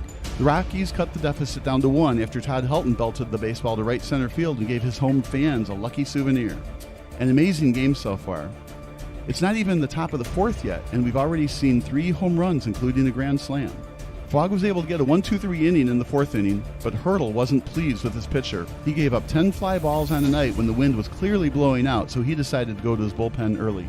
Peavy wasn't much better than Fogg tonight as the Rockies tied up the score in the bottom of the 5th. An early holiday for Rockies fans as Matt Holliday singled in Tulowitzki for a 5-5 tie. Black was still confident in his young fireballer though, so he sent Peavy on the bump for the 6th inning. It was the same old story for Peavy as the Rockies retook the lead. Everybody was seemingly able to hit him tonight. Seth Smith hit the very rare pinch hit triple with 1 out. It was timely hitting all night for Colorado as Kaz Matsui got underneath the ball and delivered a sacrifice fly to center field. Another lead for the Rockies, and this time around the relief pitchers were up for the task.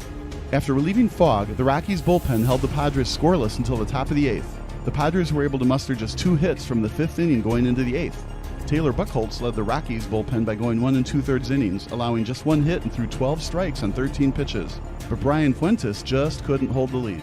After relieving Beltroy Hawkins with 6 outs to go, Fuentes was a tad bit wild and inaccurate. Blum got the much-needed leadoff single, and although Fuentes got the next 2 batters out, Torrealba couldn't quite handle this 1-2 slider from Fuentes, allowing Blum to reach second base on the drop third strike wild pitch. On the third pitch of the subsequent at-bat, Giles potentially saved his team's season with a game-tying double to left field.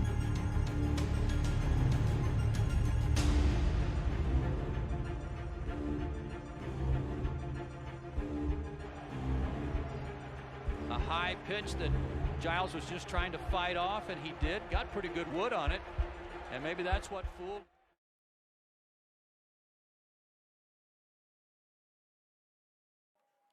Back to the action. They're going to start a little bit early. We had 5 minutes left of warm-up time for the second half, but they're ready to go. I guess they've got dinner plans with the wife and miss. So they're going to, get back to their significant others in the next 45 minutes. I don't see this going into halftime. United, they had their best opportunities in the first half, did not capitalize, and now that they're playing down a man, their best player had to go because of a concussion injury. He's on the bench. It's just going to be so tough for them. Their guy that cramped up earlier had to come back in because they ran out of subs. They only had 1 sub tonight. It's going to be tough sledding all night for United Serbian. They're going to try to find a way to sneak a goal past Demeneghai, and if you do that, you better keep the goal. You better keep the ball and ask Demeneghai if he has enough sportsmanship to sign it for you. It doesn't happen a lot. And so you're going to want to keep that ball as a souvenir. Demeneghai is brilliant between the pipes. Here we go. Here comes Shy Nation. Great pass that time by Sutton out to the sideline. Who touched it last? Flag goes up. It's going to remain with Shy Nation. Now played in front. Ball loose. Shy Nation scores.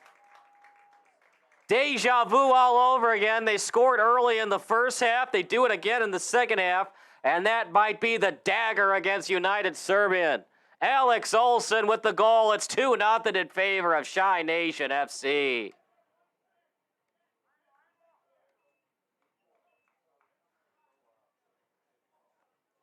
This would be a brilliant comeback by United Serbian if they could pull it off, but that should just about do it for US, as that was the dagger.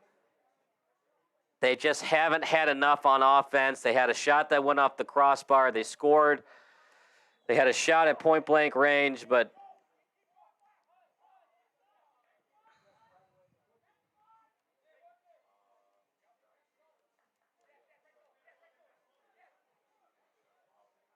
it just has not been United Serbian's day. Then a lack of communication from the defender to his fellow defender. And now Shy Nation, now they're just playing for greed's sake if they want to score to make it a 3-0 win. All around great team effort by Shy Nation at a neutral site. They play their home games at Ackerman Park. But it's been a fun one here at Addison Trail High School. Now played by Sutton out on the boundary, tap and go. Now going to be played by Klabjan out in front. United got a piece of it. Now going to be played that time by Melee. Out to Khaled.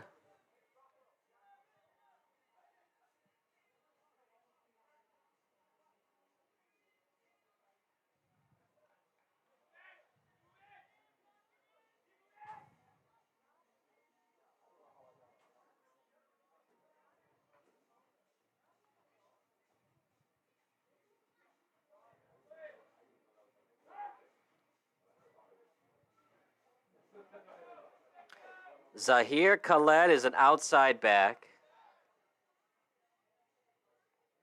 United Serbian trying their best to get back into this game. They got to score twice in the next 42 minutes. We'll get about 3 minutes of extra time.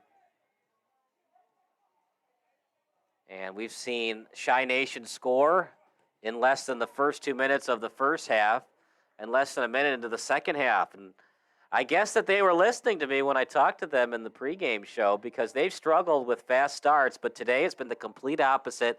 They have taken it to United Serbian. No seeds of doubt tonight from the fans. If you were running late today, well, you missed it. United, Shy Nation scored on United the first 2 minutes of the first half, 45 seconds approximately in the second half. So if you were late to the game or you were still in line getting some food at the concessions, you missed both of the goals.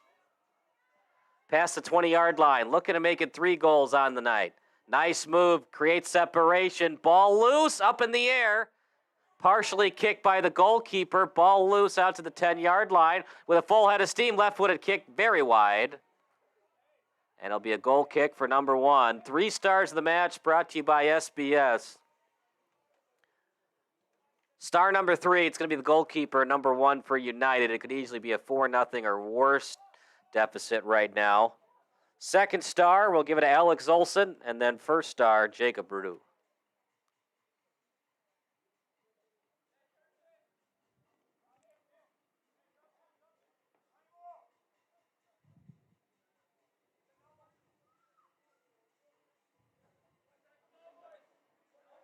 Pretty decent hang time, headed by Olsen out to the 31. Back and forth we go with the headers, and now ball loose at the 15, scooped up by the netminder, and he'll overhand pass it, whips it over to the 32, out to the boundary now by United Serbian, and it was partially deflected by Shy Nation, out of bounds. It'll be played by United Serbian.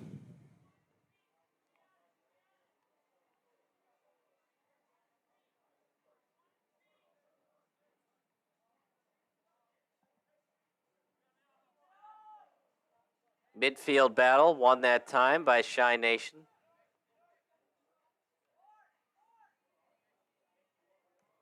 At the 30-yard line, they're just going to take their time. They're just wasting some clock now.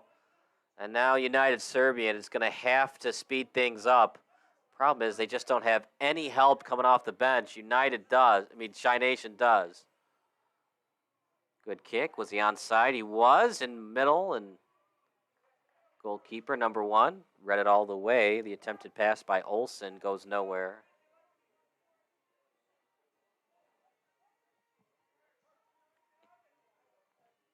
Sent over to the boundary. Tried to get it in stride, but it was well read by Shy Nation, and it's delivered out of bounds. Second half of action, 2-0 Shy Nation. All over United Serbian. Overhead pass off the foot, goes out of bounds. After it now will be Shy Nation's number 3, Zahir Khaled.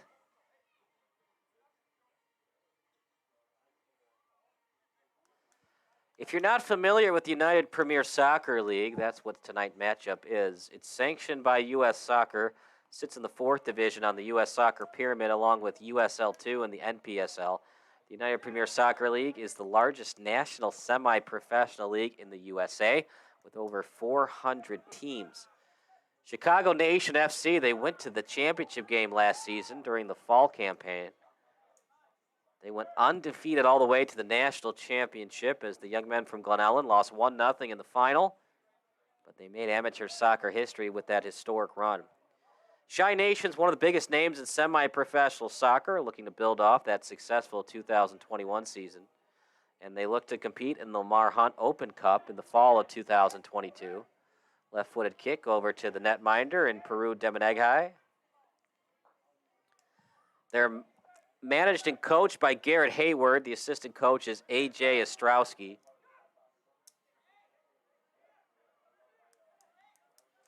We're talking about that Lamar Hunt Cup. Here we go, potential breakaway for Shy Nation. And the goalkeeper's there again. His defense has got to buy him a steak dinner. He has been fabulous between the pipes. Isaac Sutton thought he had a breakaway goal, but just like the Capitano situation, the goalkeeper was there to deny him. Over to the 48-yard line. What a game for number 1.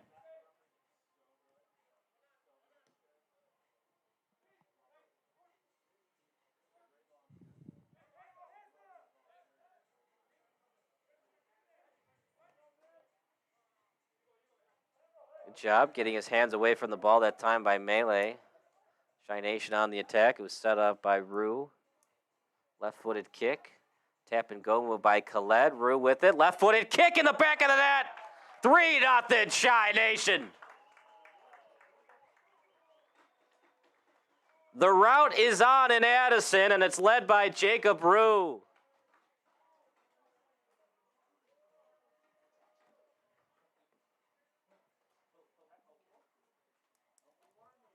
Goalkeeper had no chance on that. Number 1, he's had a great game, but he's not perfect. Far from it, and that is just way too tough from point-blank range. Good job by Rue. Went far side post, and he got it to go. Don't go anywhere. Post-game show brought to you by Sports Broadcast Solutions. We'll most likely have Jacob Rue in the post-game show. The onslaught by Chi Nation here at Addison Trail High School.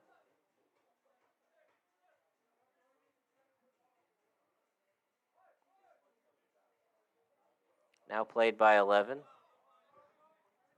Klabjan tried to steal it from the back. Left-footed kick.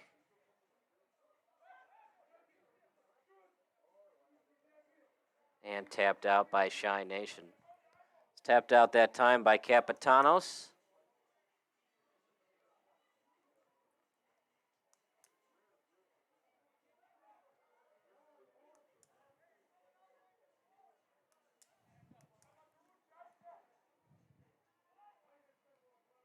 And headed that time by Chi Nation. They'll get it out. Cleared by Chi Nation out to the 40-yard line. Had some trouble in possessing the ball. Another breakaway coming up. Luckily, the ball scattered away from Sutton. He'll do a left-footed kick, and he'll go wide with it. Some lackadaisical play on defense by United Serbian is leading to breakaways and odd man rushes in favor of Chi Nation. U.S. with it. The Serbians from Milwaukee trying to get on the board.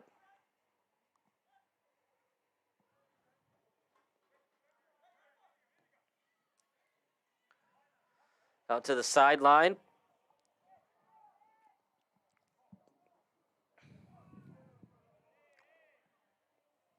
Good job by Khaled playing his man.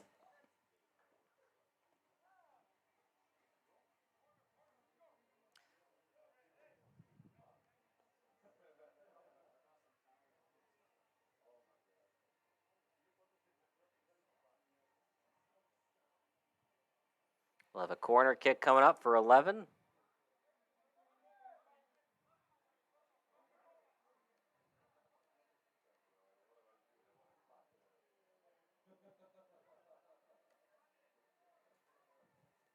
Straight up in the air. Headed the wrong way, and it'll be played by Chi Nation. At the 22, they'll go straight up with it. Past the 40, slow-moving ball. Klabjan will play it. As Klabjan plays it past the 30, tapped over the 10, right in stride. Chi Nation taking their time. Tapped over to the other boundary, off the foot, and goes off the side of the net. Goal kick coming up.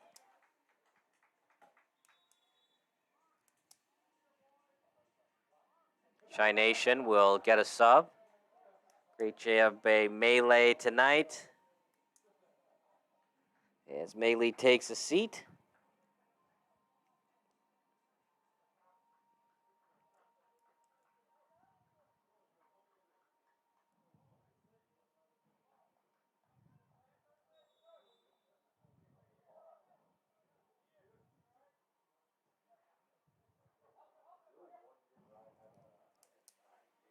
Out to the goalkeeper, number 1.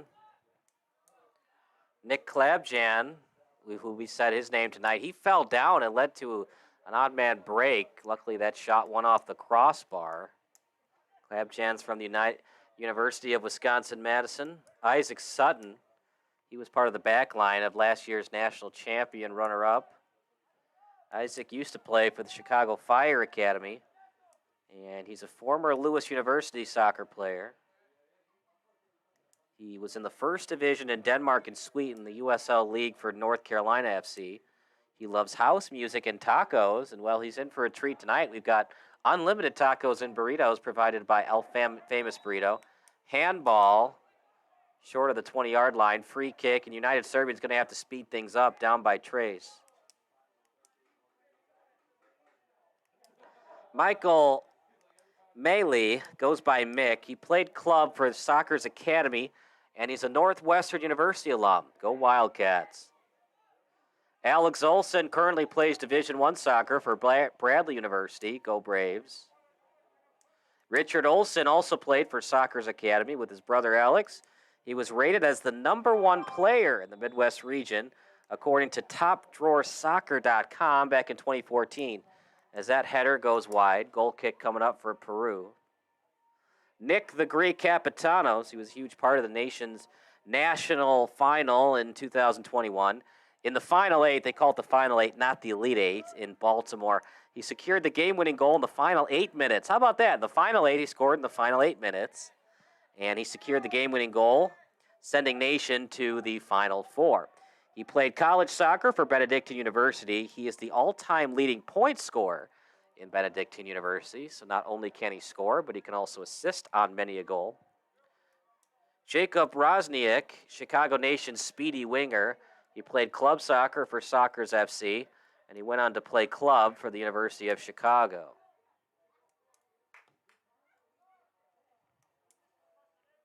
Out at the boundary, Chicago Nation with it, past the 20-yard line. They'll play it at the 10. Couple of hesitation moves, get separation out in front. One-timer goes high. But the good news is the field goal was good.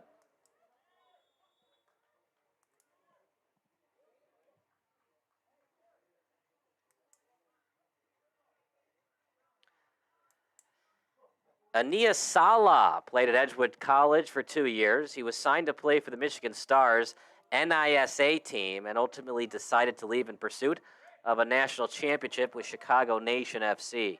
Reed Strange, Chicago Nation FC's captain, helped lead Nation to the UPSL National Finals, and he was recognized as one of the best players of the tournament. Reed played for the Puerto Rican U20 national team in 2013 and the Puerto Rico national team in 2016. He played college soccer at the University of Indianapolis. He played professionally for Friska Velour Division II in Sweden. Here comes Shy Nation. They've got numbers. On the left foot and offside goes Shy Nation. A little bit overeager, and they had a man way too far in front, cherry picking. Free kick coming up for United Serbian.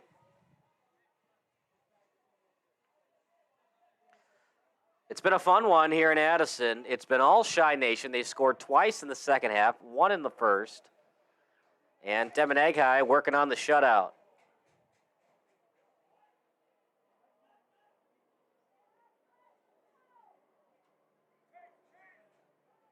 Shy Nation will clear it.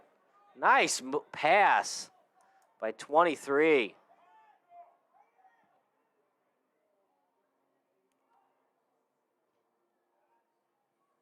Ball goes wide.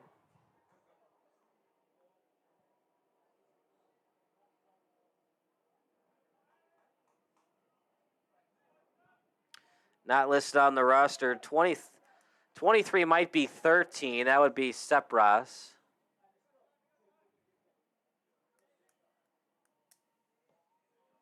As that's a flat kick over to the 15-yard line.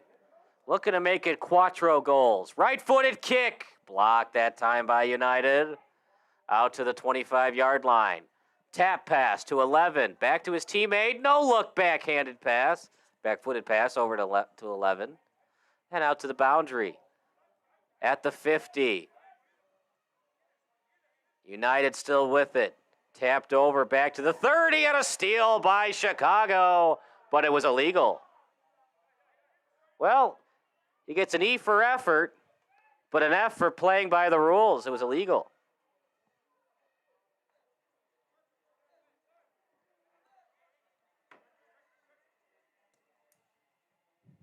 Good kick. Found 11, but 11 couldn't get it on net. And decision time for Shy Nation. Do they want to help out their netminder? Try to preserve this shutout. Tapped over to the 30-yard line. He played that time by Berzin. As Bearzine's pass stolen away by United.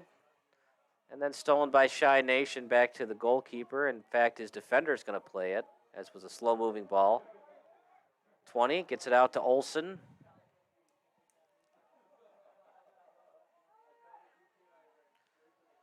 Good deke, and the ball goes out to the 40-yard line. Shy Nation has numbers. It's a 4-on-3 if they hurry. Nice pass! Offside with Shy Nation. Another E for effort, but an F for playing by the rules. Second time they've been offside tonight. Tap kick, past midfield, out to the sideline. Now out to the 41, played by 15.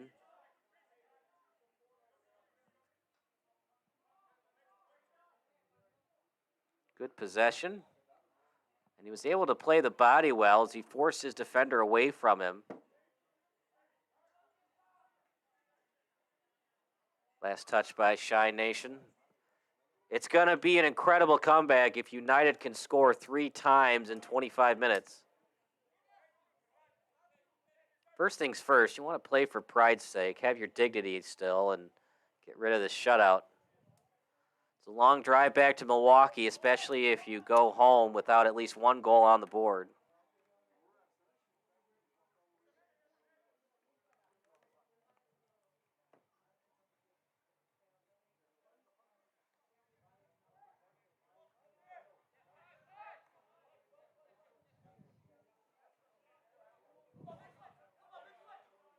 Bearzine plays it past the 40.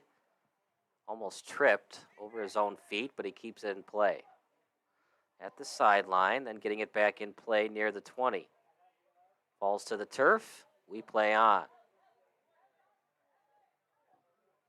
Right-footed kick into the back of the net.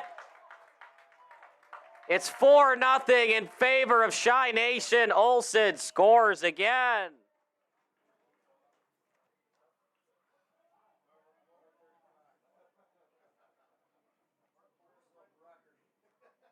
Three goals in the second half, and Shy Nation putting on a show for the fans that drove over to Addison Trail High School.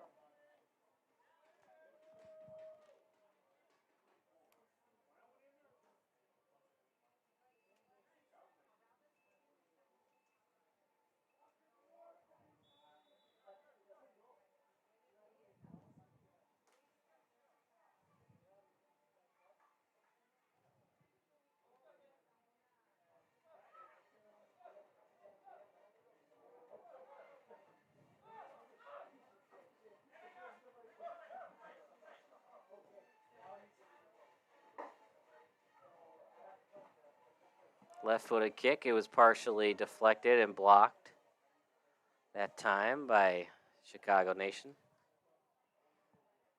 It's all Chicago Nation tonight. An old-fashioned beatdown of United Serbian.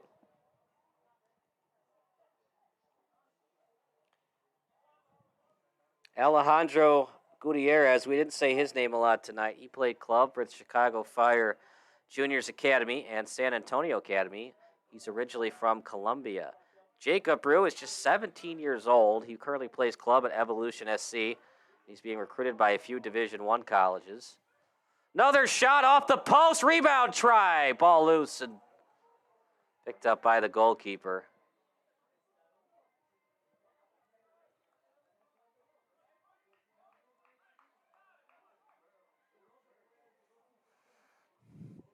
I think United Serbian just ran out of gas. Nobody off the bench tonight, and it showed in the second half.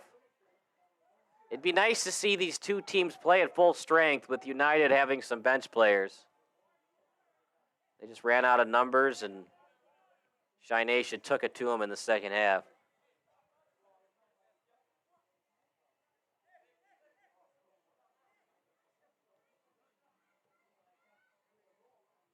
Klabjan plays it over to the boundary as Rosniak is back into the game.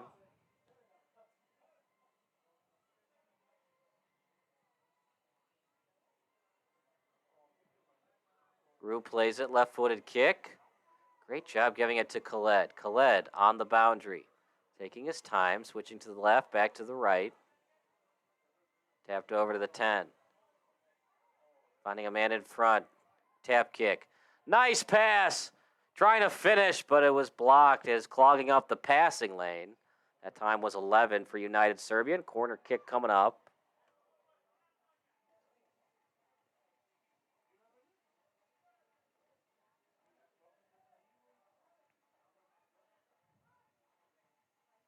Right in front. Headed over. And now played at the 5-yard line. Right-footed kick, line drive style. And what's the call going to be? Most likely a push-off by Shy Nation.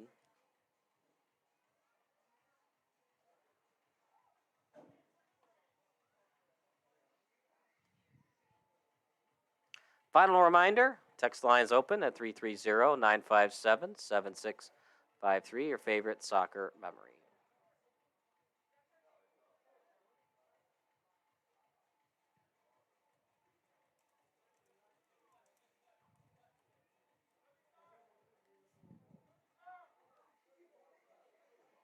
Well, United's not going to get the victory, but what they can do is try to avoid a very embarrassing shutout defeat.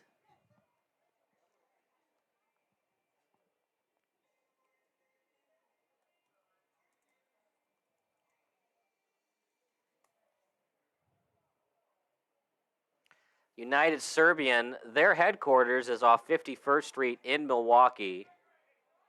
As they get the name, a breakaway, but an offside call against Shy Nation. 23 was the man offside for Shy Nation, which is probably Saparas.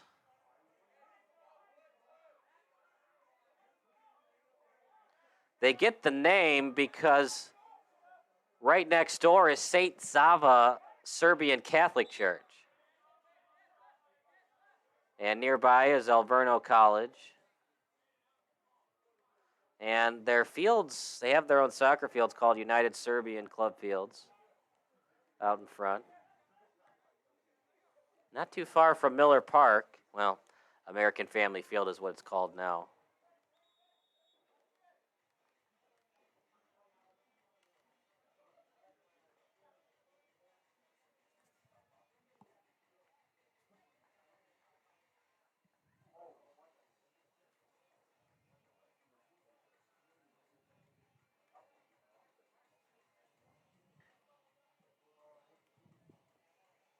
Overhead pass coming up for Shy Nation.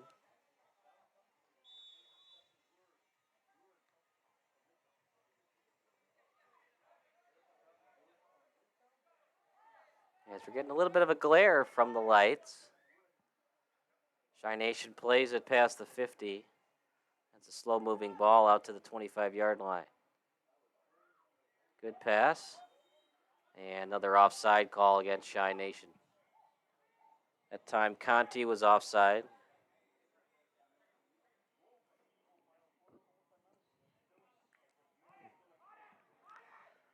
A lot of goals tonight. If you're a fan of Shy Nation, you're very excited. If you're a fan of United Serbian, 4 too many goals were scored by Chicago Nation. Overhead pass out to the 37. Played that time by Conti and sent over to the 40 as it's played now by 10.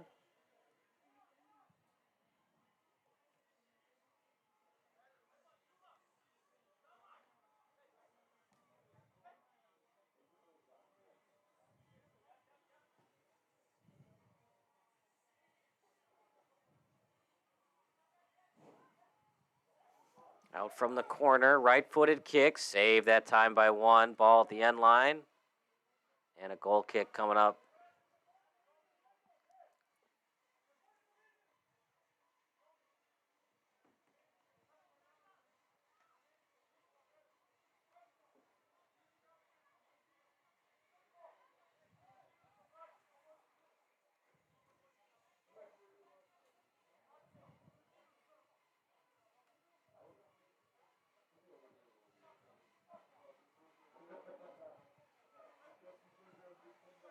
Line drive kick.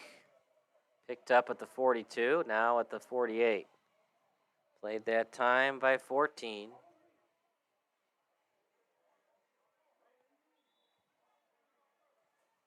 Ball goes out of bounds, and we'll see what United Serbian can do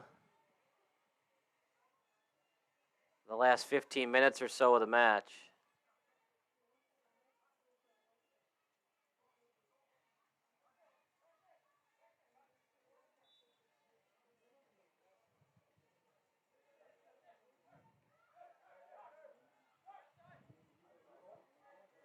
Played by Klabjan, and Shy Nation, you would assume it's going to go to their bench right now. Berezin plays it, now out to Rosniak.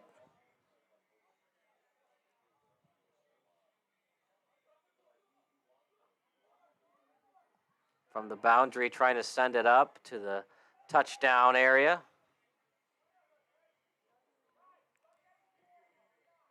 Throw in coming up for Klabjan.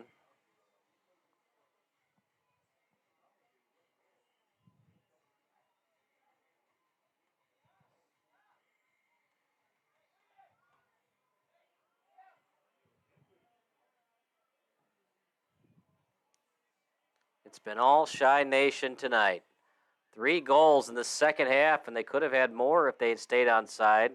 Some brilliant saves and cheating up by number 1 to make this not a laugher, but it's indeed been a blowout, at least a minor one, as Shy Nation scored 3 times in the second session. Out past the 10, good moves by Olsen. Olsen still with it. Olsen looking to break through the D. Sent over, and no choice for United but just kick it out of bounds as we get to the 30-minute mark.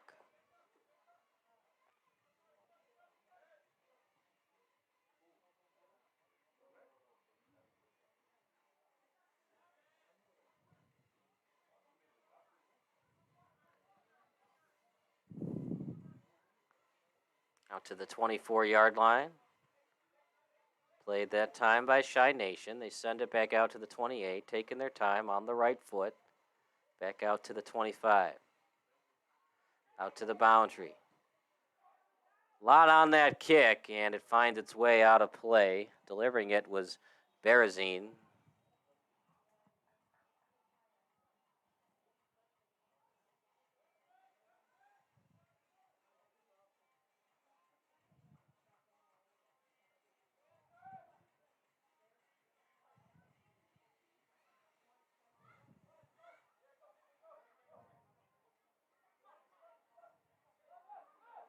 Out to the 15-yard line. Now played at the 10. Left-footed kick, give and go play.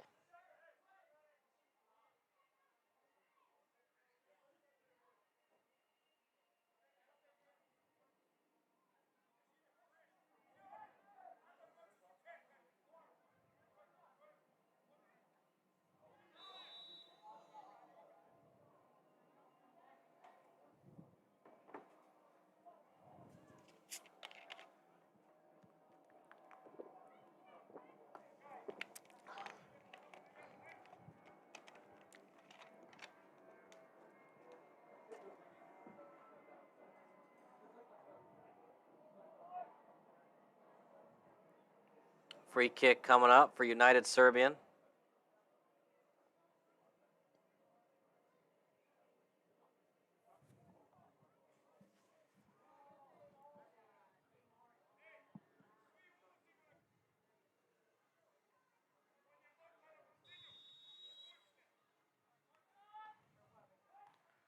Line drive kick, well played by Shy Nation. Ball loose, off the post.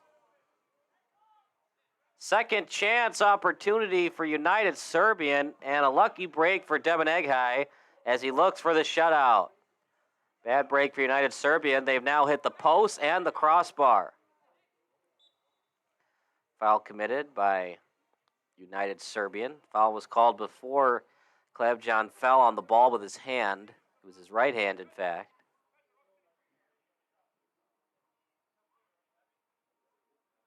And it's going to be played at the 35, now out to the boundary.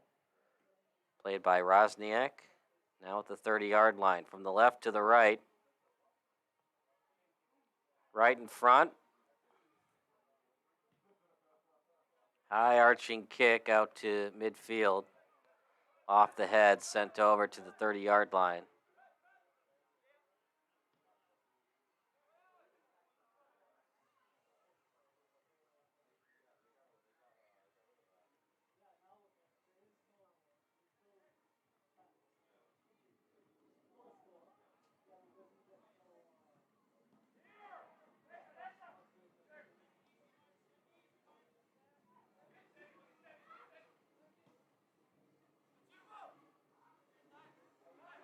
back and forth we go. As it's finally played by Shy Nation, back to their goalkeeper and Debonaig High. Debonaig High does not speak a lick of English. He's from Mexico. Over to Shy Nation's Rosniak.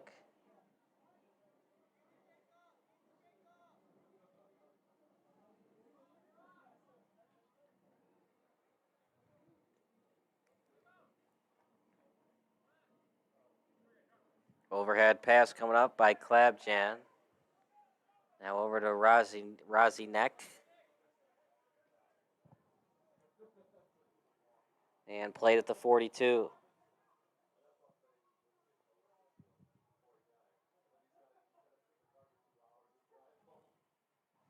Richard Olson, by the way, he played for the NISA Michigan Stars for 3 months before being sent home due to COVID.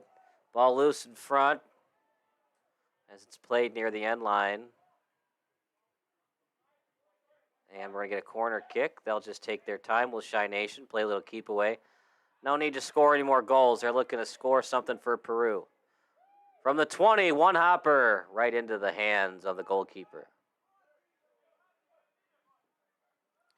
Played out at the 35.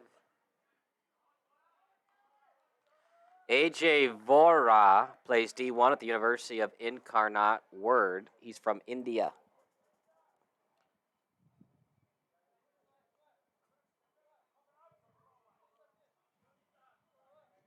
We talked a lot about Reed Strain. He played Division II in Sweden. And his wife, Kayla, also played professionally in Sweden. Perut Demeneghai, he played for Pachuca in the Mexico First Division. He's played in First, Second, and Third Division in Mexico with Xalapa, Veracruz, and Hidalgo. Fun facts, when Peru was very young, he lost a match 3-2 on an Olympic goal. He no longer wanted to play goalie until he found a pair of goalie gloves in the stands as a sign from God that he should continue his pursuit of playing goalkeeper. Out from the 48, now to the 25. Great pass, right in stride, looking for Rosniak, and ball's eventually played and deflected out by United Serbian. Corner kick coming up. More keep away and monkey in the middle by Shy Nation as they look to preserve the shutout for their teammate in Debonaig High. Debonaig High did not have to do much tonight, but what he did, he made the saves. Out to Conti, and they're just taking their time. Left-footed kick, way wide. Goes into the darkness.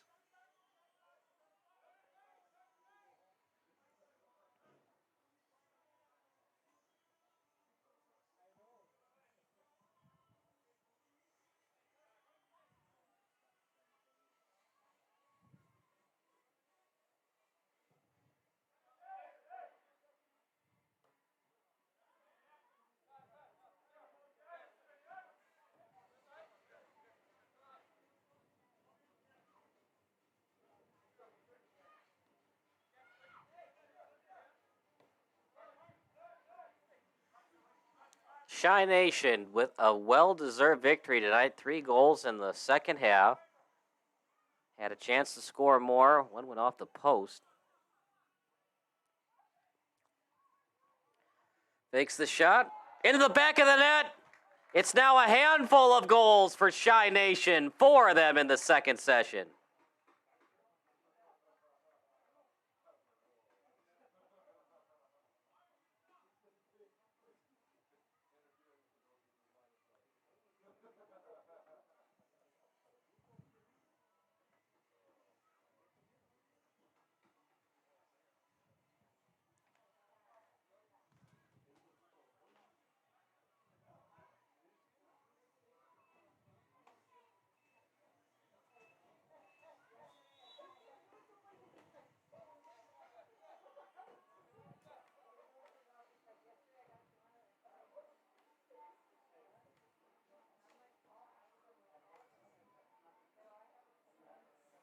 United Serbian, you can just tell how tired they are.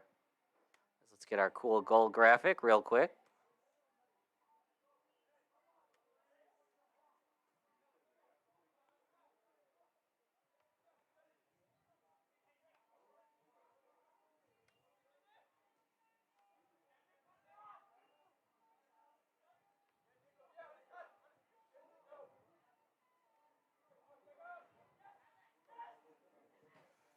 Another shot, and it's partially deflected by United Serbia. Another corner kick. They're laying it on thick tonight. Shy Nation, 4 goals in the second half. Very impressive. It's like they knew we were coming tonight and wanted to put on a show here on Sports Broadcast Solutions.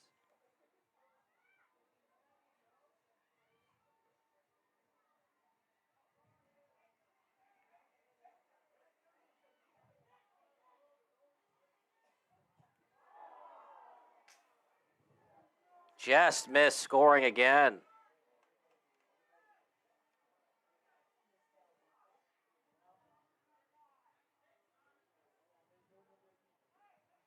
And now for United, do you decide to stay aggressive on offense, or do you just try to kick the ball out of bounds when you feel the pressure on defense?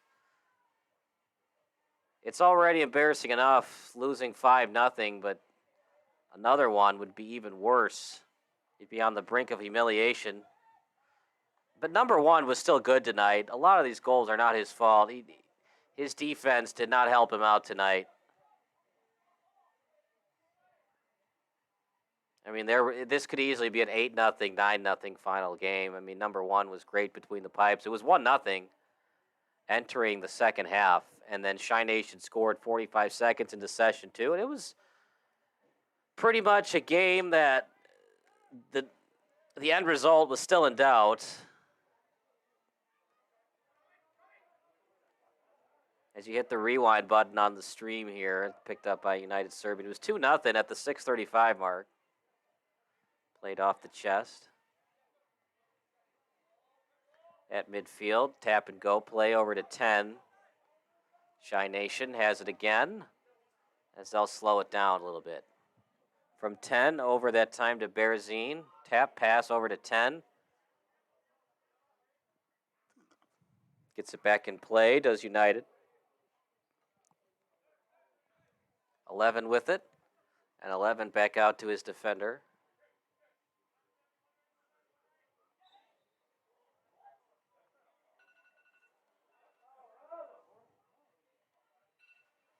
I mean, it was 2-0 until the 8:30 mark, and once it became 3-0, that pretty much did in United Serbian. Out to the 33.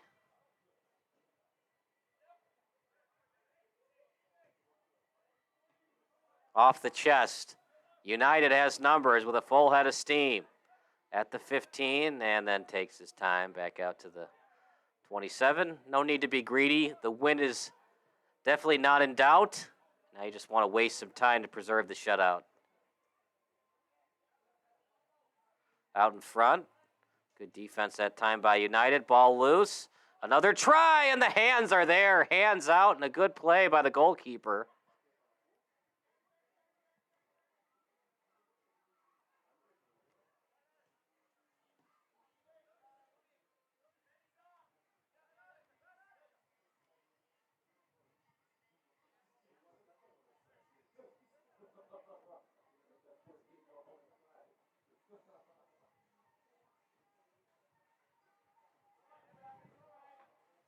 Under 2 minutes to go here in Addison Trail. We're right by the baseball field, right at the football field at Addison Trail.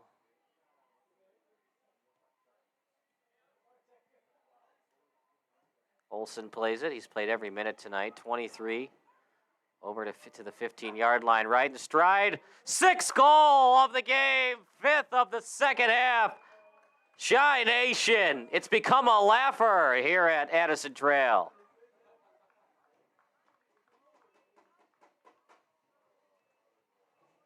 And that was just kind of lazy defense by United. Maybe that's one that number 1 should have had, but I apologize. United Serbian does not have -1. Feels like that sometimes, though, the way they played in the second half. You just got to have numbers in soccer. The ref's going to let them play the last minute, but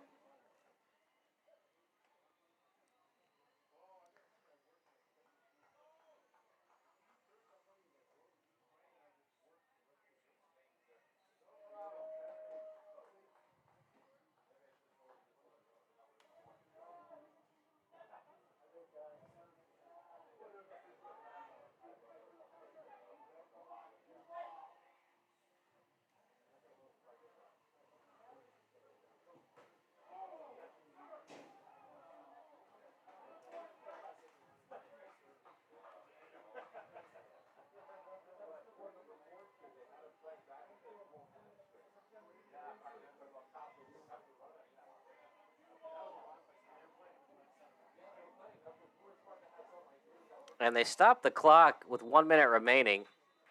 And that will do it. It's a friendly end by the Sir. No need to play extra time. It's a 6-0 slashing and thrashing of United Serbian on a neutral site soccer pitch. We're going to take a break. Post-game interviews coming up next. We appreciate you watching. A 6-0 win for Chi Nation as the post-game show is coming up next. Brought to you by Sports Broadcast Solutions.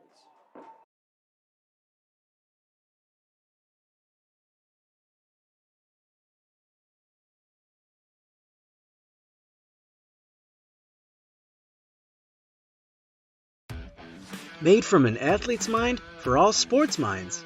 Level Up Branding is a unique sports marketing and branding agency, offering athlete management, brand management, and so much more.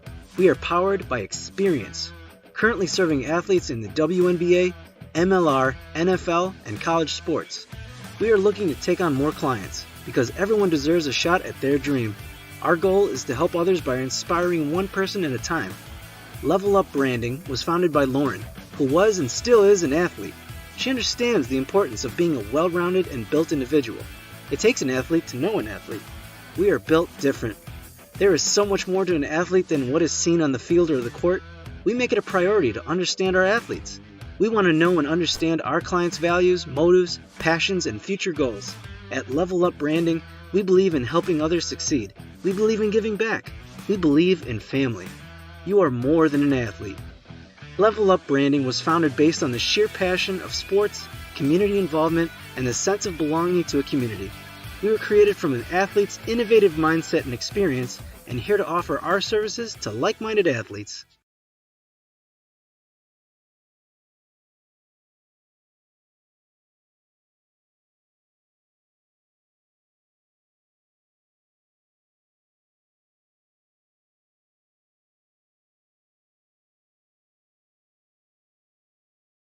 It's October 26th, 1991, Game 6 of the 91 World Series at the Metronome in Minneapolis, Minnesota. It's an unlikely matchup between the Atlanta Braves and the Minnesota Twins. The Twins won the World Series just 4 years ago, but like the Braves, they weren't supposed to be here. Kirby Puckett is at the plate, and you might know what happens next on this 2-1 pitch. And for that, I'll give you a virtual high five due to your ability to use the internet. But for those of you who don't want to cheat via Wikipedia or BaseballReference.com, let's get in that DeLorean and crank it to 88 miles per hour. It's time to travel back in time, or as SB Nation would say, let's rewind.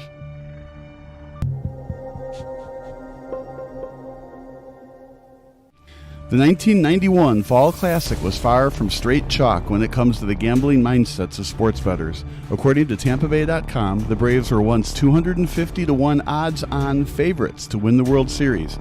If you bet $100 on the Twins in spring training, that was a great bet, as they were 100-1 odds to win it all. In fact, both teams finished in last place in their respective divisions the year prior. The Braves were actually in the National League West back then, and although they'd be dominant in the later part of the decade, the beginning of the 1990s wasn't friendly to Bobby Cox's team. The first year of the 90s saw the Braves finish the regular season at just 65-97, but general manager John Schuerholz saw something in Cox, and the fiery skipper became the head honcho on June 23, 1990, replacing Russ Nixon. It didn't lead to an improvement when it came to wins. The Braves were 25-41 when Nixon received the pink slip, and they finished the year 26 games out of first with Cox as the manager.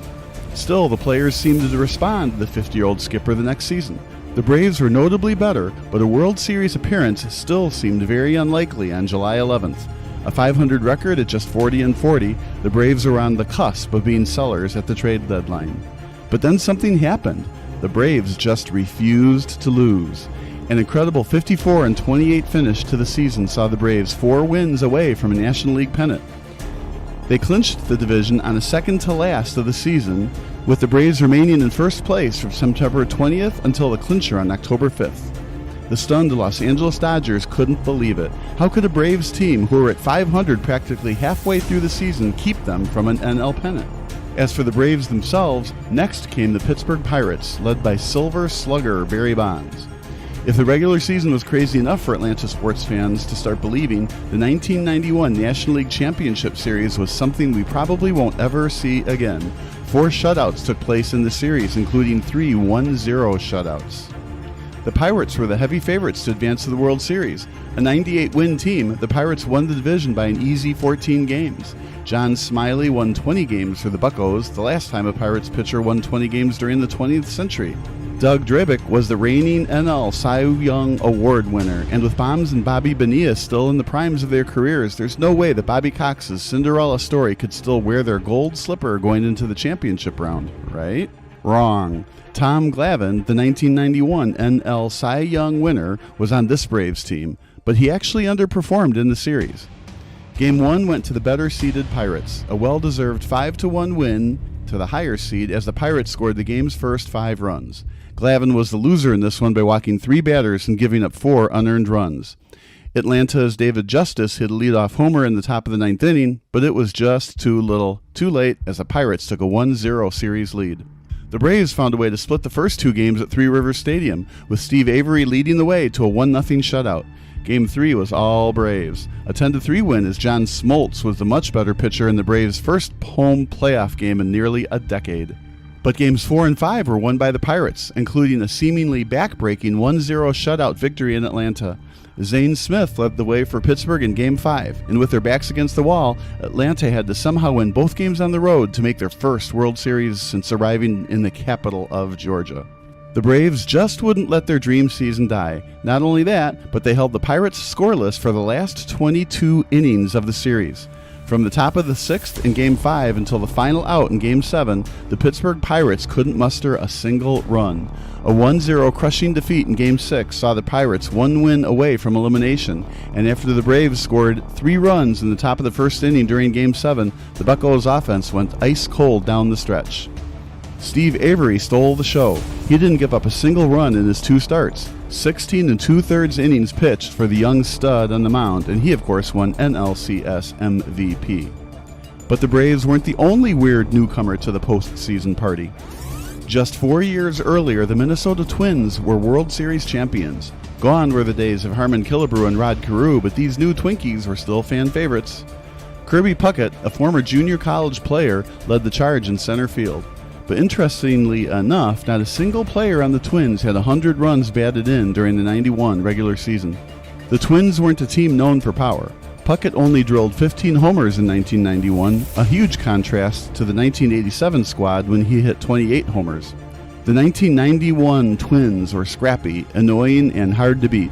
Designated hitter Chili Davis was the only Twin with over 25 home runs, and the lone 20-game winner on the pitching staff wasn't future Hall of Famer Jack Morris. That distinction went to Scott Erickson. Still, the Twins cruised to an AL West Division title by commanding 8 games. And after dismantling the Toronto Blue Jays in just 5 games during the ALCS, it looked like the Twins had the upper hand for the 1991 World Series crown.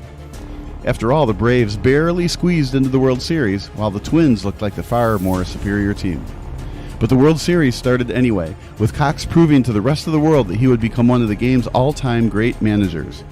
Down in an early 0-2 hole, the Braves looked like a completely different ball club when they flew back to Atlanta. 3 straight victories at the old Fulton County Stadium, including a 14-5 convincing victory over the seemingly unbeatable Twins, put the Twins in major trouble.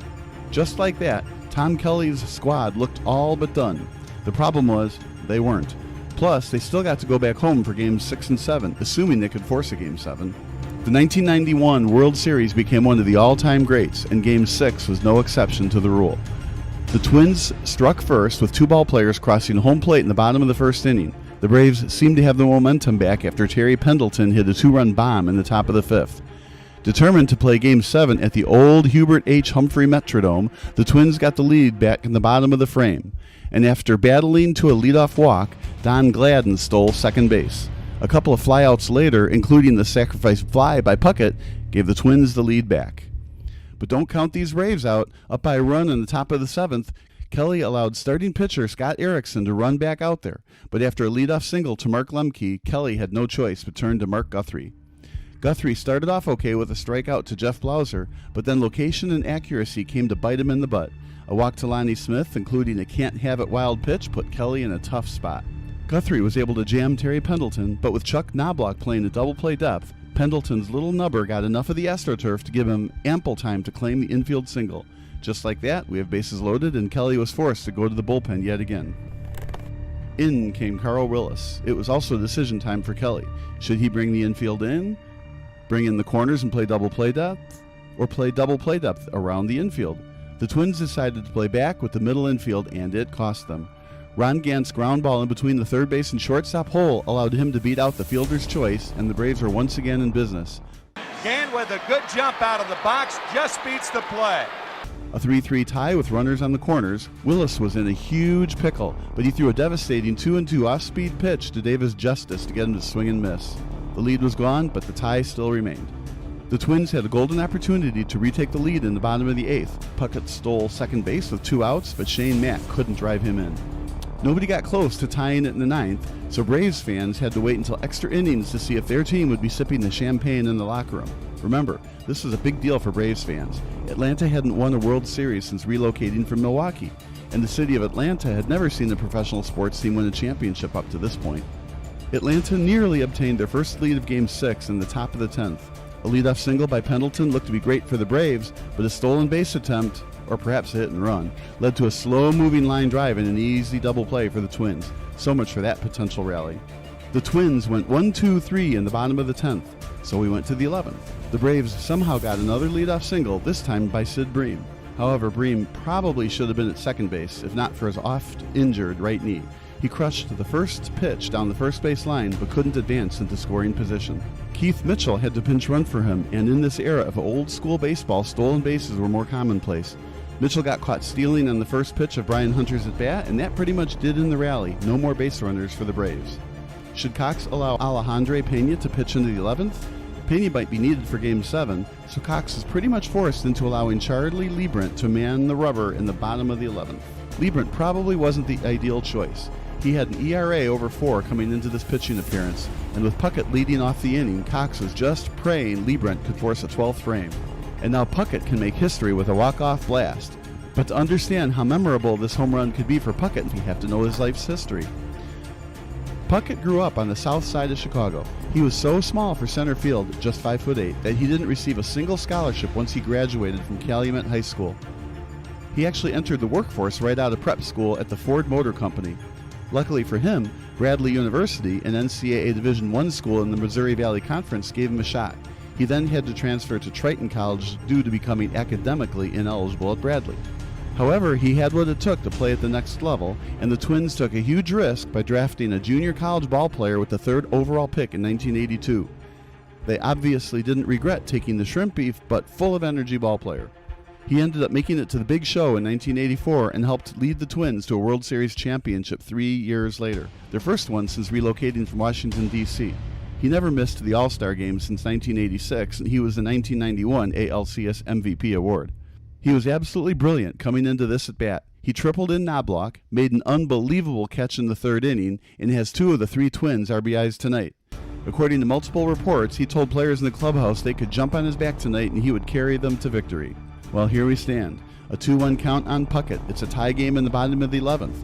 Can Puckett get on base or even crush a legendary walk-off homer to preserve Minnesota's incredible season? Or can Liebrant jam Puckett and face off against Chili Davis, who is already 0 for 4 on the night? Here comes the 4th pitch of the at-bat. Welcome to a moment in history. The hitter swings at the arm motion.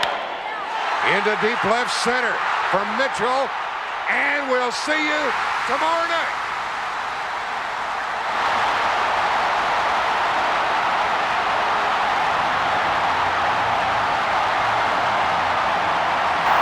The Twins went on to win a memorable Game 7 by a final score of 1-0. Jack Morris pitched an unbelievable 10-inning shutout.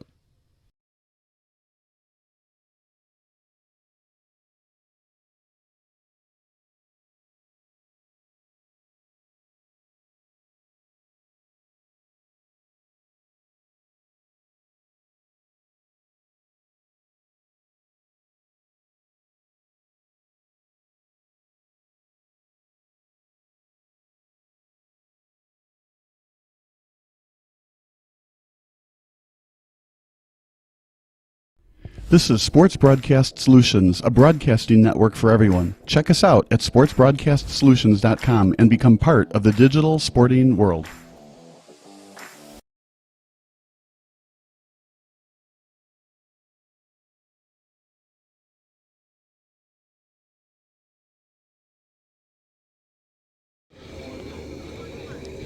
Welcome to the post-game show, brought to you by Sports Broadcast Solutions. My name is Kyle Smith, but my name doesn't matter. This young man matters. Jazz Minko with a goal and an assist as you guys win 6-0. A 6-0 win for Chicago Nation FC over United Serbian. Big-time win, but it was definitely in doubt in the second half. It went from 1-0 all the way to 6-0. What happened in that second half where you guys were able to score 5 times? Well, we've been struggling to score in all these games recently, so we just decided we're like, hey, we need to score. We were tied with them for first place, so it was a big matter of goal differential.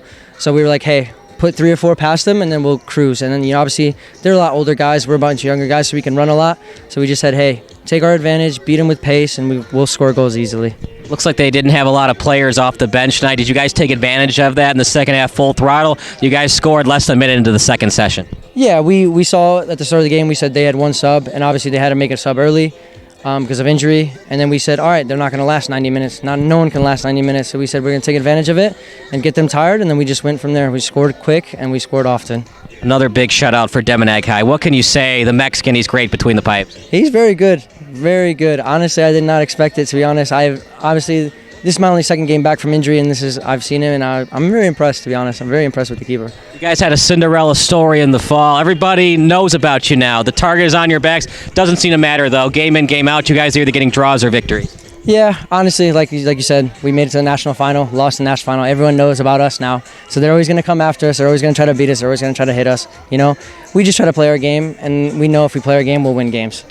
Possibly your best game of the spring, 6 goals. Should you change your home stadium to a high school field instead of Ackerman?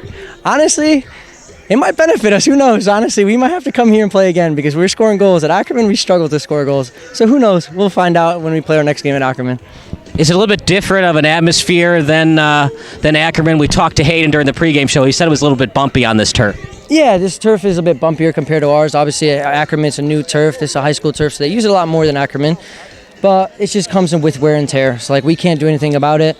And at Ackerman, it's nice, fresh turf, so the ball moves smoother. But, hey, we got adjusted to it, and we played fine, as you can tell. Final thoughts about the victory tonight as you guys get closer and closer to the postseason? Hey, 1 game at a time. We take it 1 game at a time. We know teams are going to come after us. As long as we play our game, we'll win games. That's Jazz Minko, and that does it for our post-game show. So for our excellent crew, for Jonathan Jazz, I'm Kyle Smith signing off. A 6-0 win for Chicago Nation FC, and we'll see you next time on SBS.